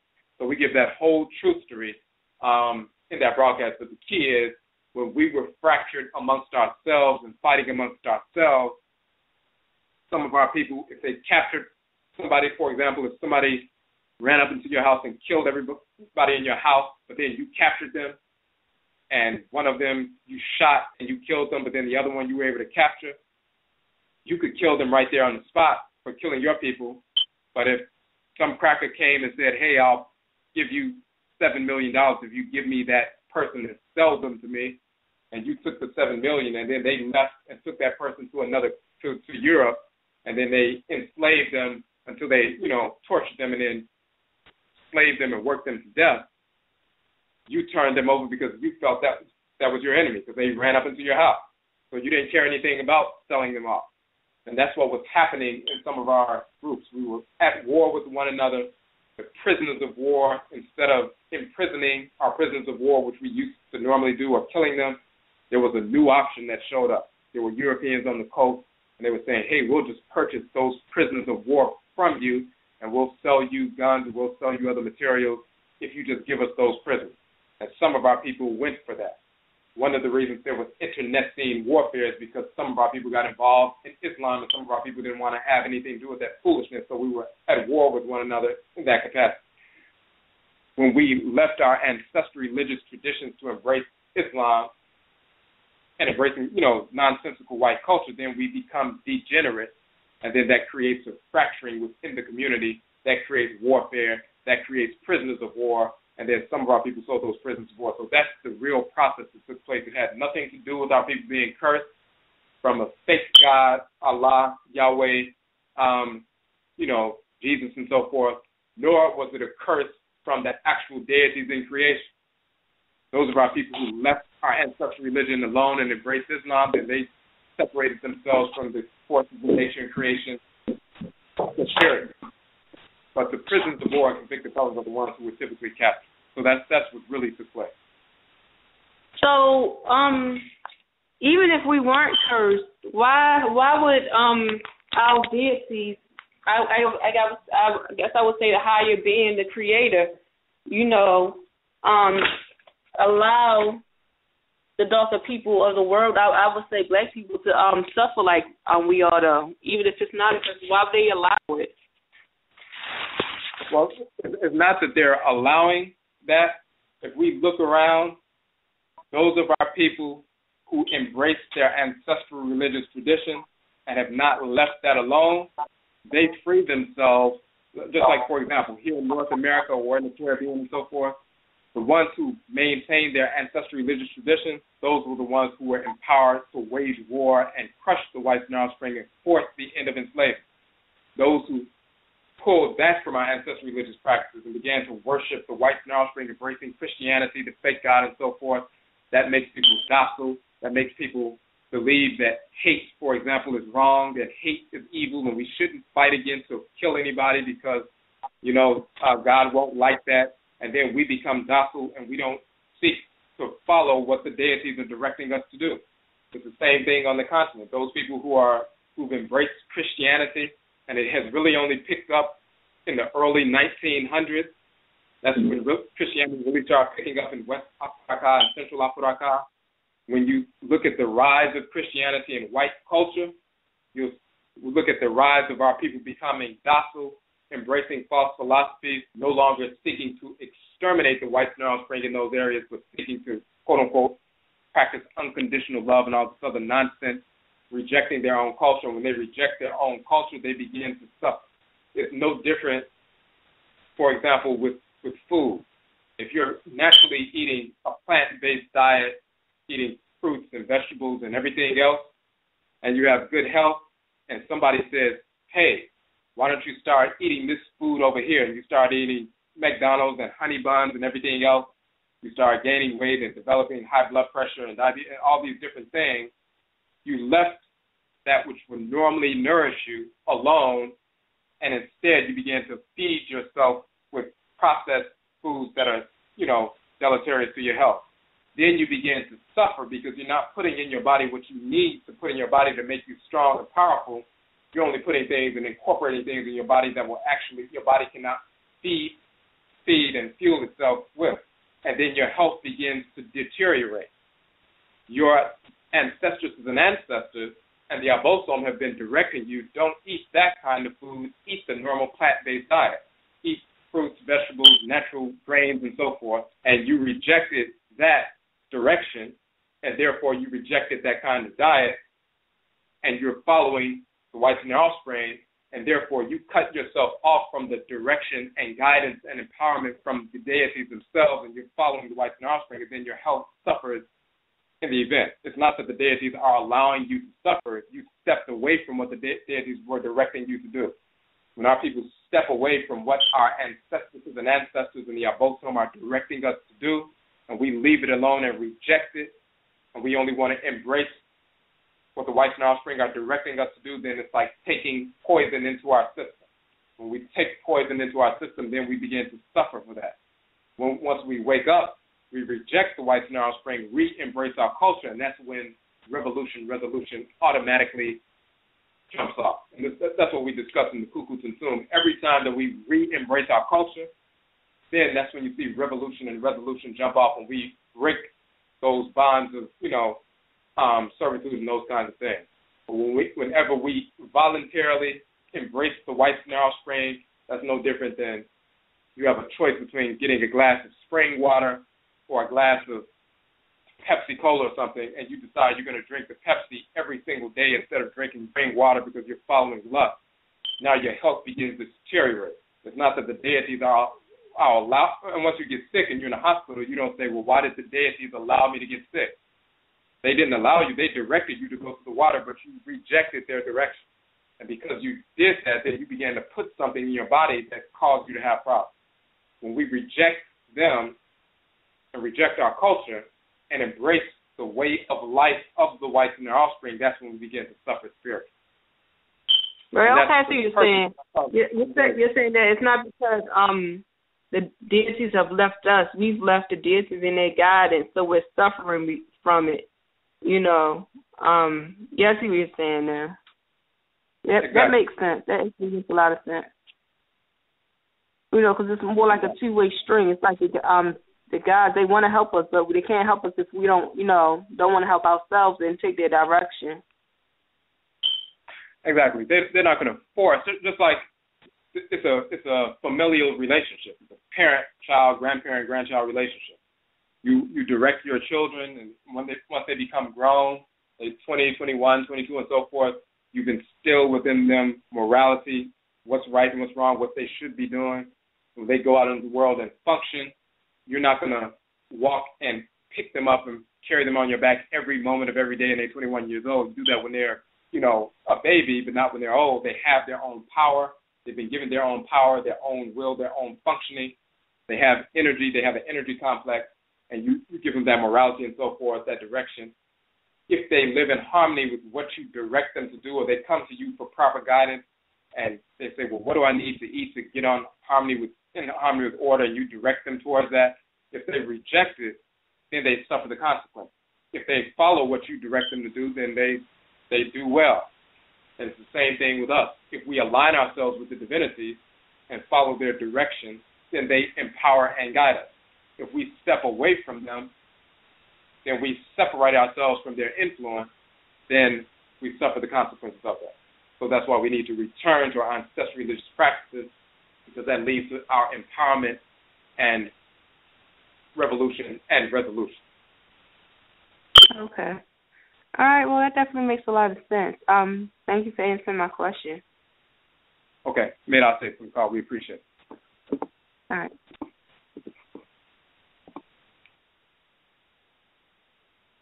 Okay, and that's the, on one hand, the book, Kuku Tuntun, the Ancestral Jurisdiction. So we go into that whole concept, not only the origin of the whites and their offspring in the world, but then that whole breakdown of how we fell away from the culture, how even the story of Alsar, Offset, and Heru prefigures that, and also prefigures how we return to our ancestral culture. So we go into detail about that in our book, Kuku Tuntun. That's one of the 17 books that you will receive as part of the 17 books for $91. We go into detail about that. All right. I have a question. Can you hear me? Hello? Okay, Michelle on the phone line. You had a question or comment? Damn, what I was about to say. One thing interesting about 1791, and in regards to the history of our people on the soil rebelling against the Archie water vote, isn't it ironic that when anything happens here on this western region we call America, that the whole world starts to follow, from the Haitian Revolution and so forth? I'm not sure if because if our people rise to a certain degree, that everywhere else in the world starts to take action. It's a comment more than a question. Yeah, no, that's just like people will often say, even on a mundane level, people imitating black people in America, even with regard to music or culture or art or slang or the way we dress or whatever. They'll say they're the most afflicted, controlled group of black people, but then everybody around the world is imitating our people. So whites and offspring are lustful. They're parasites, just like a leech latches onto an animal and sucks the blood out of an animal. A parasitical entity attaches itself, trying to suck the blood out of the entity. This is the nature of the whites and offspring. So no matter what we're doing, they're drawn to that because they're lustful, not because it's a natural draw, not because it's, there's a natural connection to us, but it's a parasitical, unnatural connection that they seek to imitate because they know deep down inside they are inferior. It's no different than white people laying out in the sun trying to turn black. They know that they're inferior. They despise the fact that they are inferior. They despise the fact that we are superior. So it has nothing to do with them loving us or wanting to be in our embrace and so forth. They would like to destroy us and control us because of their contempt for us and their contempt for themselves. But that's the nature of them. When we engage in some activity, whether it's cultural or political, then they parasitically attach themselves and seek to reproduce and imitate what we do, but of course, corrupting it all along the way. So you'll see that show up politically, you see it show up artistically, you see it show up in various ways. All right. That's all I want to say. Thank you. Midase. Okay, Midase. We appreciate the call. And we just want to say there are about 11 minutes left in the broadcast. We have a couple more calls on the phone line. We're going to take those couple of calls. But 11 minutes left. So, again, if you support the work that we are doing, you'd like to support our fundraising effort, we have the 17 books for $91 tomorrow. So we'll be removing that button from the site tomorrow. But you can receive those 17 books for that discounted price. You can also purchase one or more of our books if you didn't want the whole 17-book set. Our books range from $8 to $11. Most of them are $9 or $10. And we also have discounts for the first 5 books. It's 20% off, so the first 5 books are $40. We always have that deal. And any order of 10 books or more is automatically 30% off. So, for example, the first 10 books are $66 and up. But during this particular period, we have the 17 books for $91. So if you'd like to support our efforts, our institution, the conference, and the different things we're doing, please support that effort by going to the website and making that purchase today. Okay, we're going to go back to the phone lines. Hold on one second. And also, because it's about 9.5 minutes left in the broadcast, if we go into overtime, only the people who are on the phone line at 11:30 will be able to hear after 11:30. So if you want to hear beyond 11:30, you must call in and get on the phone line. In order to get on the phone line, the number is 657-383-0635, 657-383-0635. And you have about 9 minutes to call in. All right. Michelle on the phone line, number 0911. You got a question or comment? Hello? Yes. Yes, okay. Hey, I'm calling in. I thank you. I've been listening to you for a few weeks now. My uncle introduced me to you.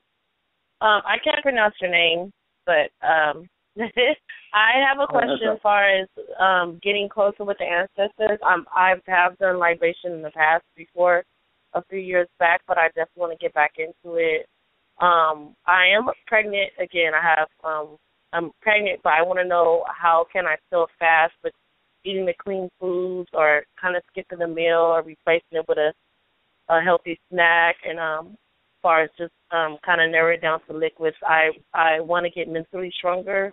I want to get physically stronger, and I want more guidance. So I said that one avenue of connecting with the ancestors and for a clearer communication with them.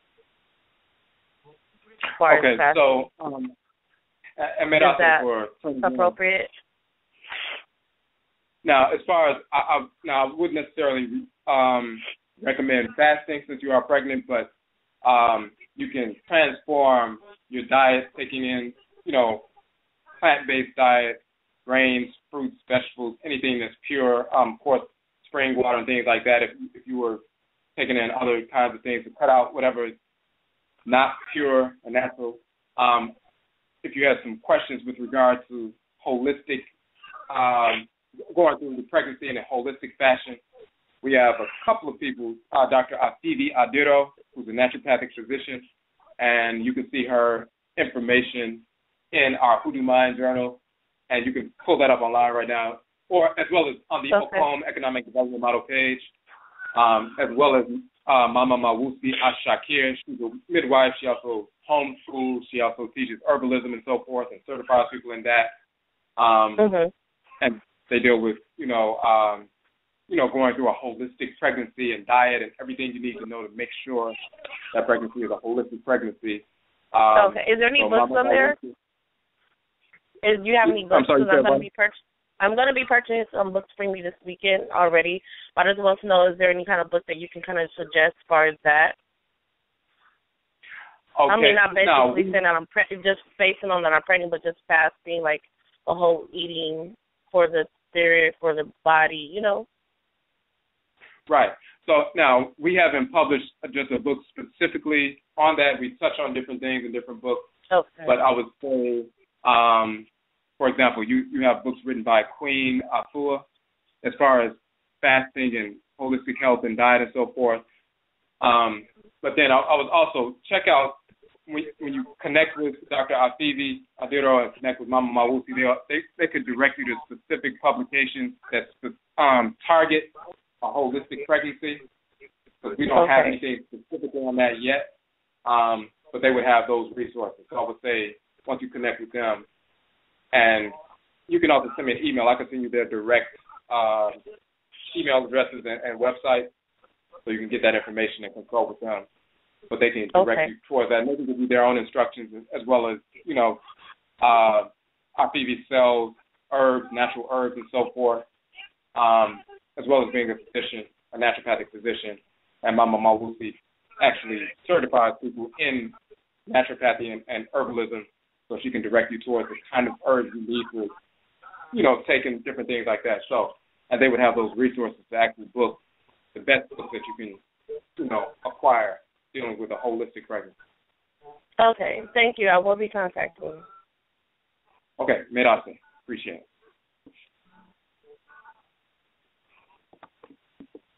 Okay, so next call on the phone line, Michio. On the phone line, you had a question or a comment? Mitiamo, I want to say Medase to your teachings and guidance, and Medase to also Uname Y for having you and for having us here tonight. I was wanting to comment on the caller before. She was mentioning when she asked about why are we going through so much, why the deities are allowing it. And I was wondering if example to that is with the Nigerians. They have like a 40-ton Jesus statuette that's up there now. I don't know if they had that there for a while, but I'm just learning about it myself. I don't know how long it's been there, but 40-ton statue is in Nigeria of Jesus, the white Jesus. And there's a lot of civil war going on there now. Is it Igbo people? Or I think it's civil wars that's going on between them.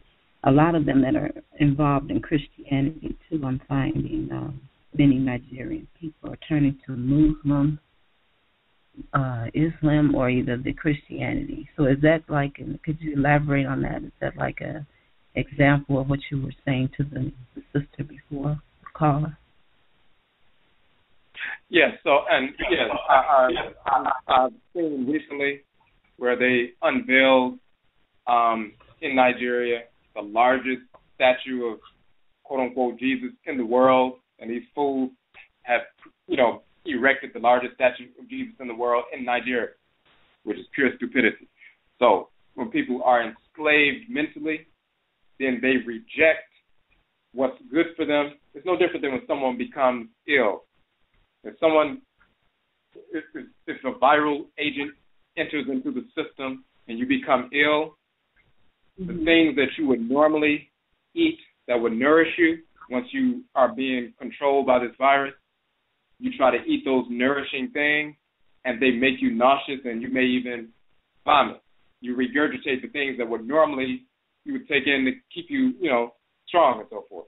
The same thing if someone is doing drugs. Once they take in the crack cocaine or the heroin and so forth and they get in their bloodstream, then their natural desire towards natural foods and, grains and fruits and vegetables and all of that, they are repelled by those things. And they only want the poison. They have an unnatural desire or an addiction towards the poison that they put in their system that has, parasitically attached itself to their cells and so forth, created these unnatural inclinations. So they desire that which is destructive, and they reject or repulse by that which is nourishing. and they keep going towards that which they're addicted to, and until they go through a detoxification so they can repel the toxins and start having a natural attraction towards the natural foods once again, their body will begin to deteriorate, their mood and their behavior and their mindset will begin to deteriorate until they die, unless they detoxify themselves. And it's the same thing with the fake religion. It's like crack cocaine. It's like heroin, opium, and so forth. It gets into the spirit body of the person, and now they have an unnatural desire or addiction to engage in self-destructive behavior and embracing values and morality and pseudo-deities who never existed and ways of functioning that are out of harmony with reality. And then they're repulsed or repelled and rejecting their natural way of life. And that leads to all kinds of suffering, no different than somebody, you put that poison in your system, then your immune system is compromised. And when your immune system becomes compromised, the little parasites and bacteria and stuff that normally bounces right off you, they can get into your system now because you compromise your own immunity by, doing the drug. You compromise your spiritual immunity by embracing pseudo-religion, fake deities, the deceased spirits of the white and offspring who are perverts. You allow yourself to be controlled by that. You compromise your own spiritual immunity, and then you weaken yourself spiritually, and then you set yourself up to be assaulted by other individuals. Once you detoxify and reject those fake religions and purge your spirit from that nonsense and those foolish desires and addictions and so forth, then you get back to the Nananoma Samako, the ancestors and ancestors, the deities. You become empowered and guided by them, and you actually follow their guidance and, empower yourself and overthrow our enemies. So it's the same process. That's a good example of what she was talking about. Yes, a lot of the unraveling with common sense and our ancestry is happening with the bleaching of the skin. So, yes, I overheard Dr. Sebi. I don't know if you know Dr. Sebi. He was saying, I didn't know he felt like that about Africa. I thought he was from Africa. And someone was asking about him, and he was saying the food. He said they're getting what they deserve because they left their own. They're leaving. And it seems like a lot of that is happening in a continent there now. I don't know. But also I had a question about the Sub-Sahara. With the Sub-Sahara, was there something called a mall of learning, higher learning, once before in the ancient? You said say it again. In the Sub-Sahara, in the ancient times, was there something called the malls of higher learning? Supposedly markets and universities were all in the Sub-Sahara once before. Okay, so you're talking about prior to the Sahara becoming a desert. Is that what you mean? I think so. Yes, Fertile Crescent. At the time of the Fertile Crescent, because I noticed you had mentioned something about that. The Fertile Crescent land and the people that's been there for thousands of years. Right. So prior to the Sahara becoming a desert, it was a savanna region, an aquatic region. It was, lush and everything else. And that was over 7,000 years ago. And once the Sahara that region began to dry up and turning into the Sahara, the people began to migrate to the bodies of water that was still in existence, which were the riverine areas. So the Great Oyo River or the Ngeren, the Niger, was one of those riverine areas and civilization developed around there. Of course, the Hapi River Valley, the Congo River area. So wherever the major rivers were, we ended up going and collecting around those areas because that big swath of landmass became the desertification took place. So, but prior to that, yes, we could go back and forth from east to west, Afuraitkai, right through the middle of the continent because it wasn't that barrier of the desert. So, of course, we had civilizations and so forth. When they talk about ancient Kemet and pre-dynastic Kemet and so forth, very often they focus only on like maybe 6,000 years ago or even 6,000-7,000 years ago. but they don't focus too much, even though they know it's real, but they don't focus too much on 10, 15, 20, 30, 40,000 years ago, when we were all over North Afuraitkaitnut, into the western part of the continent, the aquatic region that would later become the Sahara Desert. So we were in those various areas. Of course, we had our civilization. Those are the same people who migrated to different riverine areas and continued their ancestral religious practices. Those in Kemet and Connaught, Nubia, and Egypt and so forth will continue to practice there. Those who are around the Niger River will continue those practices there. The Congo River, the Zambezi River, and South Afuraitkai, wherever those major rivers were. But yes, we have religious, cultural institutions wherever we were.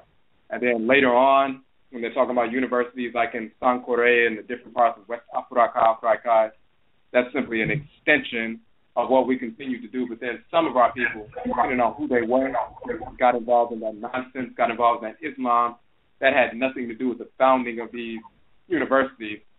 The founding of the universities was based on the knowledge of our people who had knowledge of engineering and mathematics and botany and everything else for thousands of years through ancient Kemet and everything else. Then some of our people got involved in Islamic nonsense as well. But those institutions, temples, training institutions, and so forth, cultural institutions, have been in existence for tens of thousands of years wherever we existed on the continent. And was the language like Ge'ez? Is Ge'ez supposedly older than the so-called Arabic? Because I overheard you saying in one of the lectures that the Arabic is not our original language, even the way that the pseudo teaches. So is Ge'ez older than Arabic, and it's something else? AMHARIC, Amharic, AMHARIC. Is right. That a language? So the Amharic and languages in like Afuraitkai, Amharic in Ethiopia and Eritrea and places like that, Amharic and Tigrinya and these different languages, those are older than Arabic. The so-called Semitic languages connected to, and they use the term Semitic, which is not really a real term in reality. Of course, that's connected to Sem and Shem, the son of the fictional character Noah and all of that. But they use that terminology to classify different languages. But if you look in reality, when you go back to the source, the people with the Y chromosomal haplogroup, the E1B1B, who are in East Afuraitkai, like the people in those areas like Somalia and Ethiopia and Eritrea and places like that, and Djibouti and so forth. And then the E1B1A haplogroup, which you find the people in West Afuraitkai and central parts of North. You'll see two different groups of people. Some are a little bit shorter morphologically, rounder heads, flatter noses, and so forth, and some are a little bit more slender, more aquiline faces, straighter noses, and so forth. I'm talking about prior to Arab invasion, before the whites and offspring invade and pollute the blood circle, and their skin becomes lightened up and their hair gets a little bit more straight. So we see Ethiopians today and Eritreans today, and they're a little bit lighter skin and their hair is a little bit straighter. That's very recent. They weren't like that for tens of thousands of years. That's very recent in pollution, just like some of our people in America. Some are lighter brown than other people are darker brown. Some people hair is a little bit straighter, some is not. That's because of a recent pollution over the past few hundred years here. But you have the West Afurakani people, East Afurakani people. They're from the same root.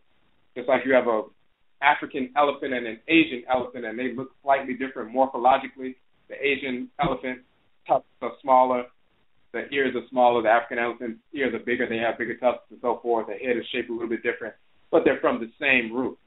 So the so-called Semitic speakers, the East Afurakani people, and the West Afurakani people with the Niger-Congo languages and so forth, they're from the same root. So that ancient language, so-called Niger-Congo language, gives birth to today's Niger-Congo languages, and also gave birth to what is later called the so-called Semitic languages, before the whites and their offspring came into existence.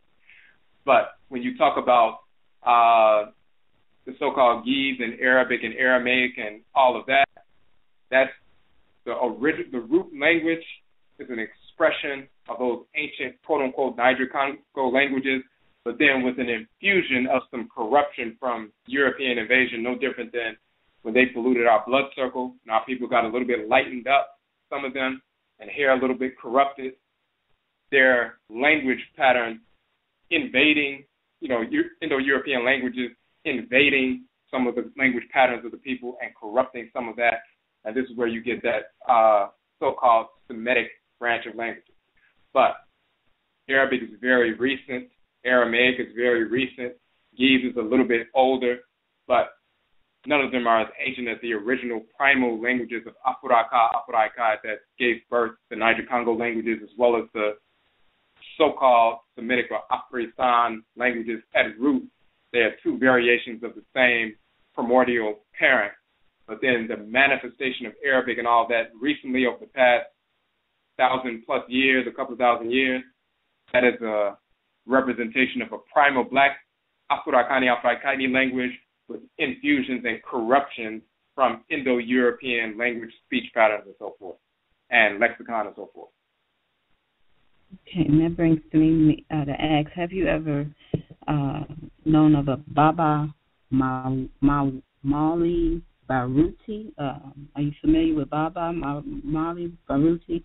And have you ever had any dialogue with Theophil Obinga? You know, how do you say his first name? Theo Obinga? Yes, so Obinga, I know who he is. I've never talked to him personally, but I know who he is.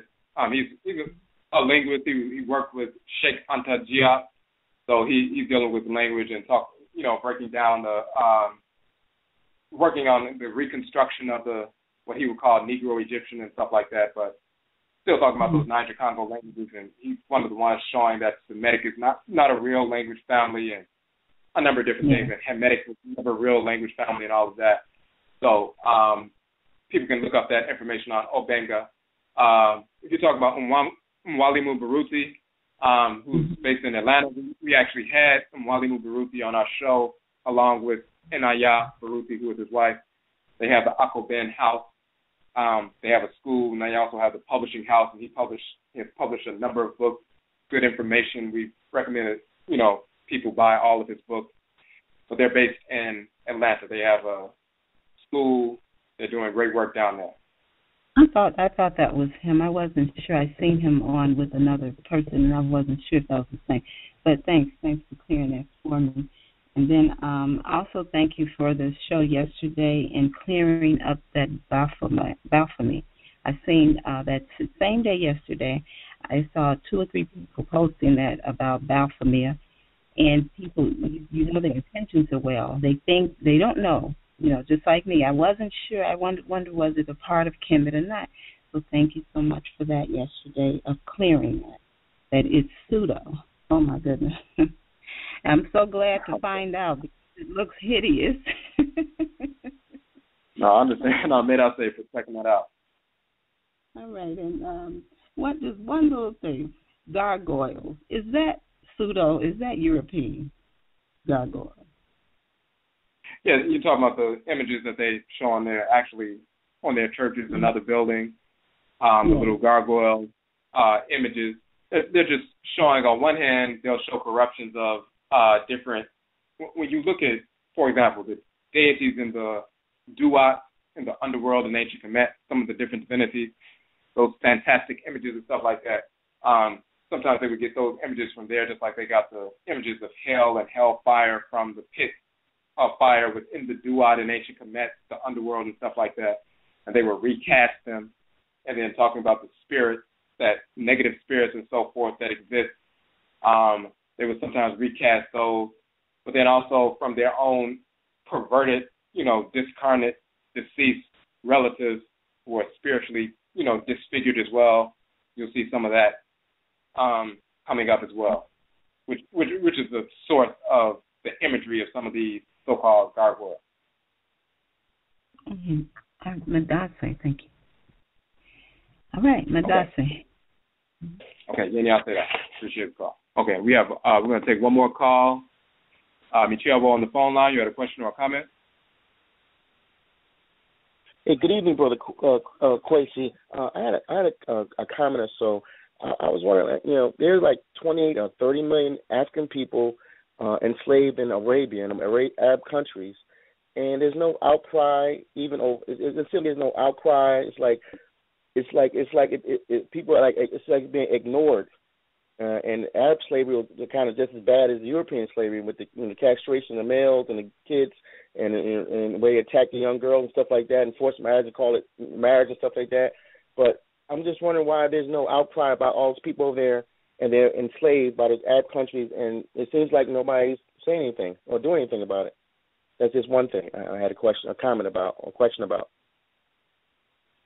Right. So there are some people who have been, bringing that information to the fore. In fact, some of the people from over there who have escaped some of that.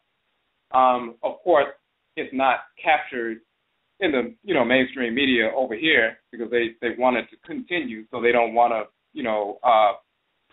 shine a light on that, and they want our people to continue to embrace Islam, that kind of nonsense, so they don't want to show that. They want our people to, when you show that kind of information, and some of our people who are walking around talking about Alhamdulillah and all that other nonsense, and they see the white Arabs are still enslaving our people, then they may start questioning, what the hell am I doing practicing this fake religion? It may start to trigger and make them wake up, so they don't want to spread that information. But the people from over there who have escaped some of that, they're constantly, if you look around, they have organizations and they're trying to get the word out with regard to that. And the more of our people, even from this side, will begin to embrace their ancestral culture, then we begin to impact people on the continent and people, their families and so forth. People on the continent are starting to reject Christianity, reject Islam, re-embrace their ancestral traditions, reestablish their shrines and so forth, even just from studying our work. And that begins to impact other people. It's a chain reaction. People start returning to their ancestral religion, hating these fake religions like Islam, start talking about Muhammad never existed and Allah is a fake deity and so forth. And that begins to open up and make people more receptive to the fact that wherever black people are, wherever these fake religions are, they start looking for, what our people are doing, how our people are impacted, and trying to free our people and shining a light on whatever's happening. So even the movement of our people over here is impacting people in that capacity as well. And it goes back to when our people reject Islam, reject the whites in their offspring, recognize all of the whites in their offspring, including white Arabs, white Europeans, white Hispanics, white pseudo-Native Americans, white Latinos, white Europeans, white Americans, all of these spirits of disorder as our absolute enemies, then they begin to move in a different direction. That includes here, but that also includes on the continent, that includes in the so-called Near East, that also impacts our people in India who, like the Dalit, the Untouchables and so forth. Right. They were impacted. They have a group called the Dalit Panthers. So they were inspired by the Black Panthers over here in the 60s, and they started revolutionary activities over there just because they saw what was going on over here. And we have people on the continent now in West Afuraitkaitnut, Central, South, North, and East who are beginning to return to their ancestral religion and reject Christianity and reject Islam. We have people who are Ethiopian who are rejecting Christianity. Some of these fools are still walking around today trying to tell people that Ethiopians have always been Christian from the beginning and that's always been their religion because they're brainwashed with that nonsense. But then they come in contact with our work and they drop that foolishness and they realize they're going back to their original ancestral religion prior to Christianity being forced on the people of Ethiopia and Eritrea and so forth. And they're starting to, transform themselves.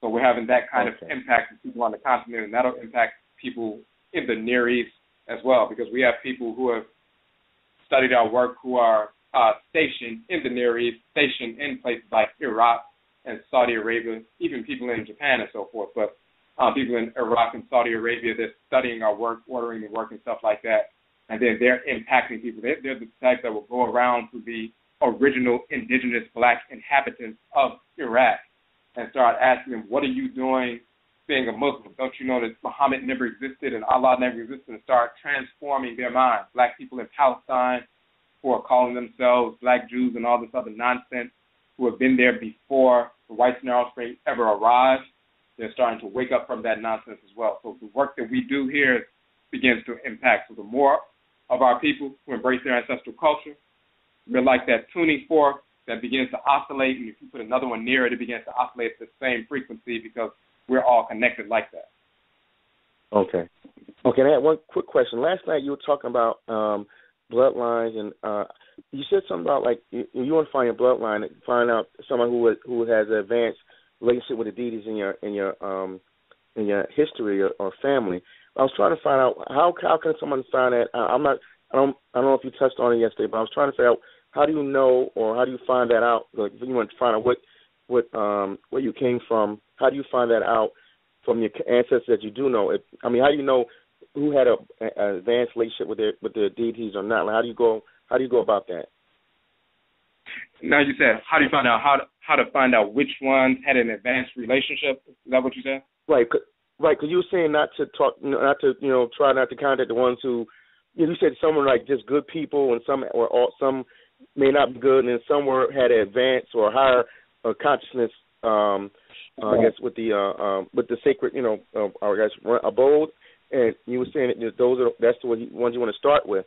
And I was trying to figure out, how do you find out that out? What you go about? How do you go about that? Okay, so that's a good question. So, and what the brother was talking about last time, we were talking about certain information. Somebody asked about establishing an ancestral shrine, and she asked about, some of the people, her relatives, were not good people, and some of them were. And yes, first thing, in English, when people say ancestors, it just means people who are deceased. In our culture, we have different classes of ancestresses and ancestors. The ones who are good people, as well as the ones who are highly spiritually cultivated, are the ones that we interact with. The ones who are criminal, evil, or self-destructive, we do not pour libation to them. We do not call on them. We do not evoke them. We do not seek their assistance or anything. Just like when they were on earth, if you had a drug addict or something like that, you're not seeking their advice on matters of life or what we should be doing. You go to the people who have morals, who are morally grounded and so forth, who are wise, who are intelligent, and who are there to assist you and get direction from them. And same thing when they make their transition. Now, if you don't know exactly who in your family, who's who in your ancestral blood circle, in the language itself, there are demarcations in the language. So the term Aku and Akutu in the language of ancient Kemet is dealing with that class of ancestresses and ancestors who are literally Aku, Akutu, spiritually cultivated, quote-unquote, illuminated, shining ones, vibrant, and so forth. When you invoke that class or evoke that class by name, the Aku, Akutu, the only ones who can respond to that evocation is the Aku, the Akutu, the ones who are in that class. The other ones can't respond to that. Then you draw those closer to you. Even if you don't know their specific names, just by calling on that class of ancestors and ancestors, you're pulling them closer to you. You're drawing yourself closer to them. And when they're closer to you and start interacting with you more directly, then they also repel the ones who would seek to come and try to interfere. Just like if you call certain people over to your house, the people you want to come to your house, and they all came over, if the criminal people in the family tried to come in and break through the door, now that you have other people there, they could kick them out and make sure they don't come back in and threaten them if they try to come back in. And it's the same thing when you begin to align with the Aku, the Akutu, the ancestresses and ancestors who are spiritually cultivated. You may not know their names individually yet, but you know they're part of that class, so you call on the class of ancestresses and ancestors, the Aku, Akutu, and you draw yourself closer to them through ritual, and they draw themselves closer to you, and they also work to repel the other ones. And as you continuously work with those Aku and Akutu, they will direct you to evidence of who they are, what their names were, and so forth. They'll put you in contact with people or make you come across people or information that confirms who they are within your family. But it starts off with evoking them in class. Great. Thank you. Okay. Thank you very much, brother. Right. Thank you. Okay. So we, and for that information, of course, in the broadcast, Nkommere, Nkommere, Ancestral Shrine, Communication and Liberation. we deal with that establishing a shrine, and we deal with that whole notion of different classes of ancestors and ancestors, because the broadcast is based on our publication, Nkombre Ancestral Shrine Communication, and Sama Nkombre Ancestral Shrines and Kemet, and Sama Nkombre and the Seven Senses, as well as Ojirafo and Apamumai. So those 4 documents we actually dissect or examine in that broadcast. So you can download the documents from the website, but then when you listen to the broadcast, you'll see that those are the documents we're going through in that broadcast, and we go into detail about that information. And when you look at all of the various broadcasts, we've had over 200 broadcasts on Blog Talk, and they're typically examining the books and publications. We publish over 70 articles and, of course, the 17 books. So what we're doing is examining the information in those books and publications. And then some of the broadcasts, we're broadcasting new information, new research, and so forth that will become part of books in the future. We have a number of books coming out as well that we're working on. Sometimes we put the information out first, and then we'll put the documentation out later because we haven't had a chance to write it down yet, but we still wanted to get it out to the people. So, for example, yesterday when we did the broadcast in Baneb Jeddah versus Baphomet, showing that the little Baphomet character is a fictional entity and how they corrupted the imagery and title of the deity Baneb Dada in ancient Kemet to create that fictional entity, and then we show exactly who Baneb Dada is, Baneb Jeddah, in ancient Kemet, and who he is in Akan, his divinity in Akan, and what aspect of the physical body he takes up residence in, the shrine in the physical body, the thyroid and parathyroid glands and so forth, and what their function is in the body, and regulating the energy in the body, and how he's the regulator of energy within the spirit body. We went into detail about all that. That's an example of, we publish the information as a broadcast first, and then we'll publish the document after. It'll be coming up very soon, but we wanted to get the information out even before we publish the document. So many of the broadcasts are based on our books and publications, and then we have a few of the broadcasts where we publish the information first in the broadcast, and then we're going to write it out and release it very soon. So again, Yedase, everyone, for tuning in to the broadcast. Please support our fundraiser if you can. 17 books for $91. That will be over with tomorrow. It's right on the Nhoma page, the publications page on the website. You can go there now. Please share the information with your contacts. This is a way for us to fund the activities surrounding the conference, as well as when we do presentations in different cities. When we do presentations in different cities, we do not charge a speaker's fee. We also, to the people who organize the events, they don't have to pay us to come out, a speaker's fee. We also do not charge an admissions fee for people to come to our presentations. They must be able to come in for free, to the venue for free, and so forth. And we also give away a free copy of one of our books, the book that we're speaking on, to everyone who attends the presentation. So they come to a free presentation, and then we give them a free copy of one of our books, so they leave with a free book as well, whether they have money or not. The key is they can get the information for free, and they walk away with an actual book.